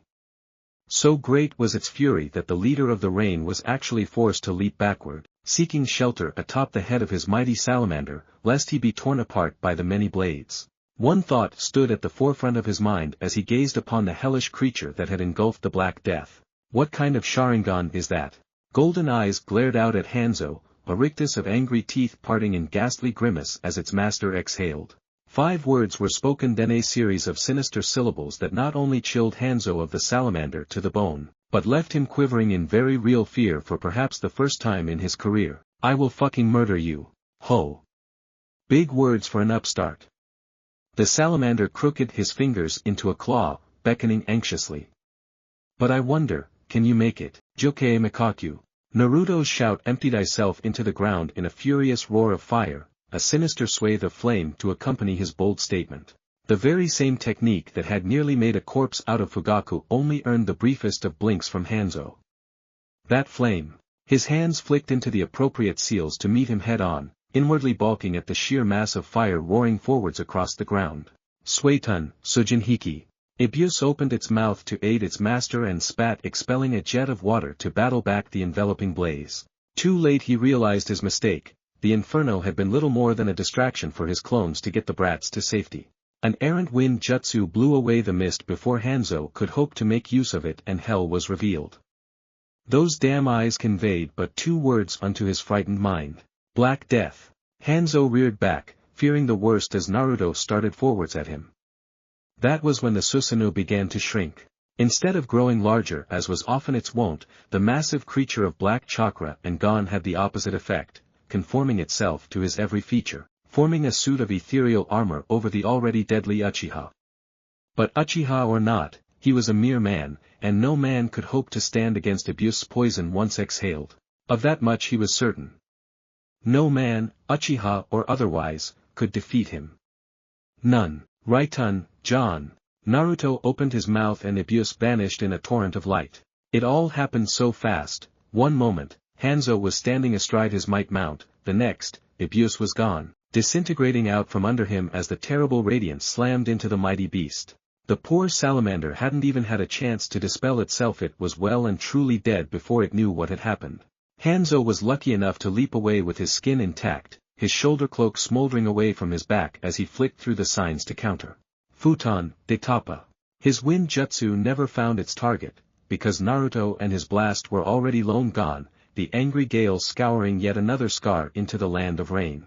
The only warning Hanzo had was the crackle of the Uchiha's remergence, a flicker of black light iration snarling into existence behind him. Oh dear! What was that black flash just now? What? With a sudden whisper, Naruto appeared behind Hanzo, his power-swollen limbs engulfed in the black light of Amaterasu.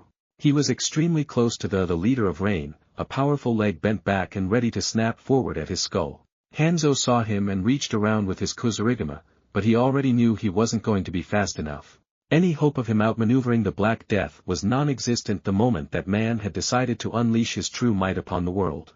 Even so, Hanzo deserved some credit for trying. Doton. Naruto spun around quickly, slamming his heel into Hanzo's body. With a surprised grunt, the pale-skinned shinobi went flying down the battlefield, a trail of dark blood following his broken body through the falling rain and into the muddy ground of the plains. A snarl caught in his throat and he found that his legs refused to move, his body powerless as his limp form slammed against the asphalt once gravity took hold of him, his skin skidding across the earth as the momentum continued to drag him over the short terrain. At last fate took mercy on him. His feet were suddenly freed from the ground as his back skidded into the rain-soaked soil, a modicum of control returning to his body. He'd used the earth spear technique to harden his body at the last instant. It was the only thing that had saved his life. Even then, the Uchiha's roundhouse kick had fractured at least 3 ribs. Breathing hurt. It took a monumental effort just to stand. But stand Hanzo did, pulling himself woodenly to his feet despite the pain screaming in his side. Here was the man who had named the Sannin only hours before. A simple kick would not be enough to end him. Not bad, Uchiha. He murmured around his rebreather. You live up to your name. But you'll need more than cheap parlor tricks to beat me. The only responses he earned from the Uchiha was an inarticulate snarl of anger and loathing. Oh. Apparently the man cared more for his students than he'd thought. He'd have to ask that man about it. After he killed the Black Death, of course. One couldn't rush such things, and he was being paid a handsome sum of money to ensure that Konoha's upstarting shinobi met an untimely end. It was nothing personal, of course. Amigakure needed the money to function. He'd spared those other 3 purely on a whim, curious to see how the man would react. Thus far, he was not disappointed. Are you going to stand there all day, or are you going to attack me? Naruto raised his hand, made a clenching motion with a first and, well, a lot of things happened at once. The first realization Hanzo had that something was terribly, horribly wrong was when he was pulled, an invisible force violently yanking him forward off the ground, hauling back into the fray against his will. The next, was that his right arm was suddenly gone, torn free from its socket by an impossibly long black blade, the latter extending and contracting in response to the Uchiha's chakra. The third was that he was flying past him, his remaining arm snapping like a matchstick as said Uchiha clobbered him into the ground. This close, Hanzo could clearly see the man's face, the angry purple yes, purple eyes that leered down at him. The fifth and final thing, the one that truly sealed Hanzo's fate, was the boy's eyes had changed yet again. His malevolent Mangekyo Sharingan, now more akin to an eerie rippling violet, one that every S-ranked shinobi worth their salt knew of and feared. A sight that put the fear of the six-path sage into Hanzo right fierce and made him quiver like a green genin. Rinnegan. Rumors of the legendary dojutsu had abounded since the dawn of the shinobi age, legends of the Rakuto Senin's eyes existing somewhere in the world. And now they were here.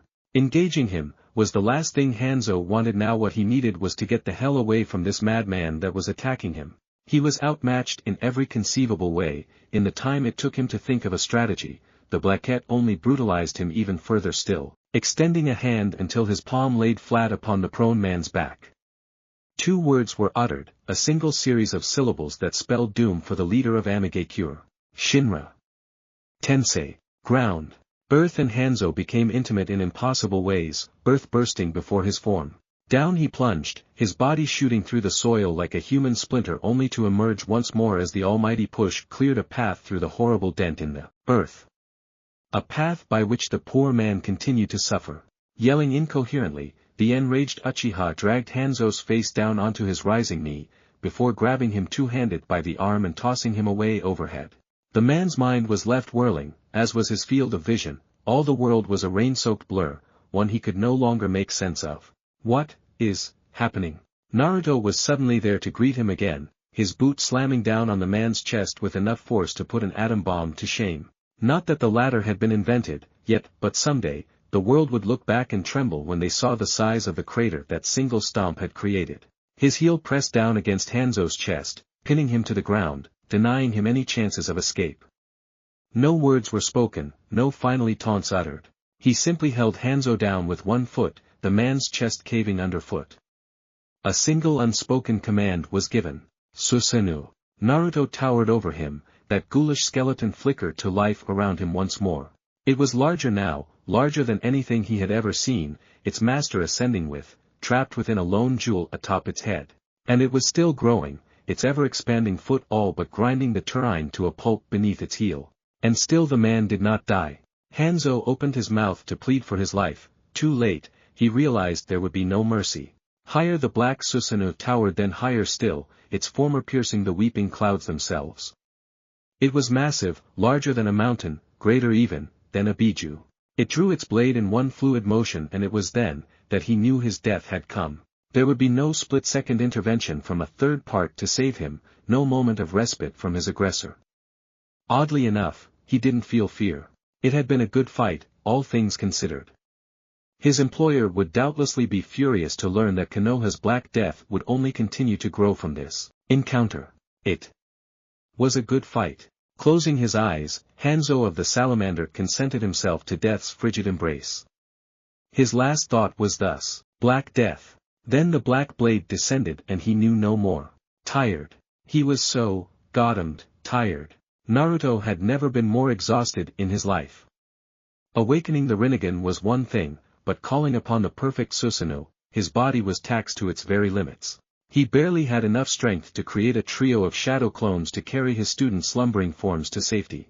Even less, to check over them, tend their injuries, make certain they would survive. Never again, he avowed. Never again would he allow them to face such danger alone.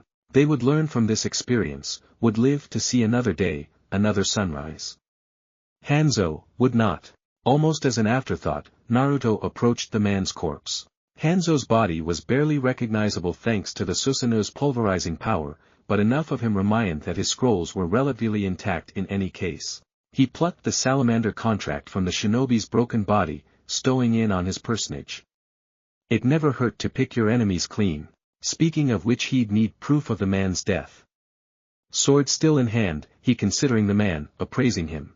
Then he slashed down, severing his head at the neck, decapitating him. Storing in. You killed him. He didn't even deign to turn. He'd sensed them on the fringes of the battle, but he'd been too consumed by bloodlust to notice.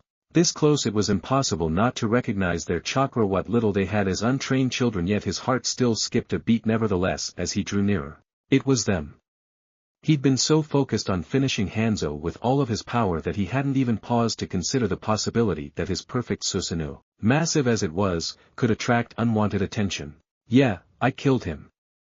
He spoke, rising from his crouch. What of it? And nothing. A girl's voice stammered out, stuttering in her fear. It's just, that thing was huge. It was. Naruto conceded, peering at the break he'd made in the clouds.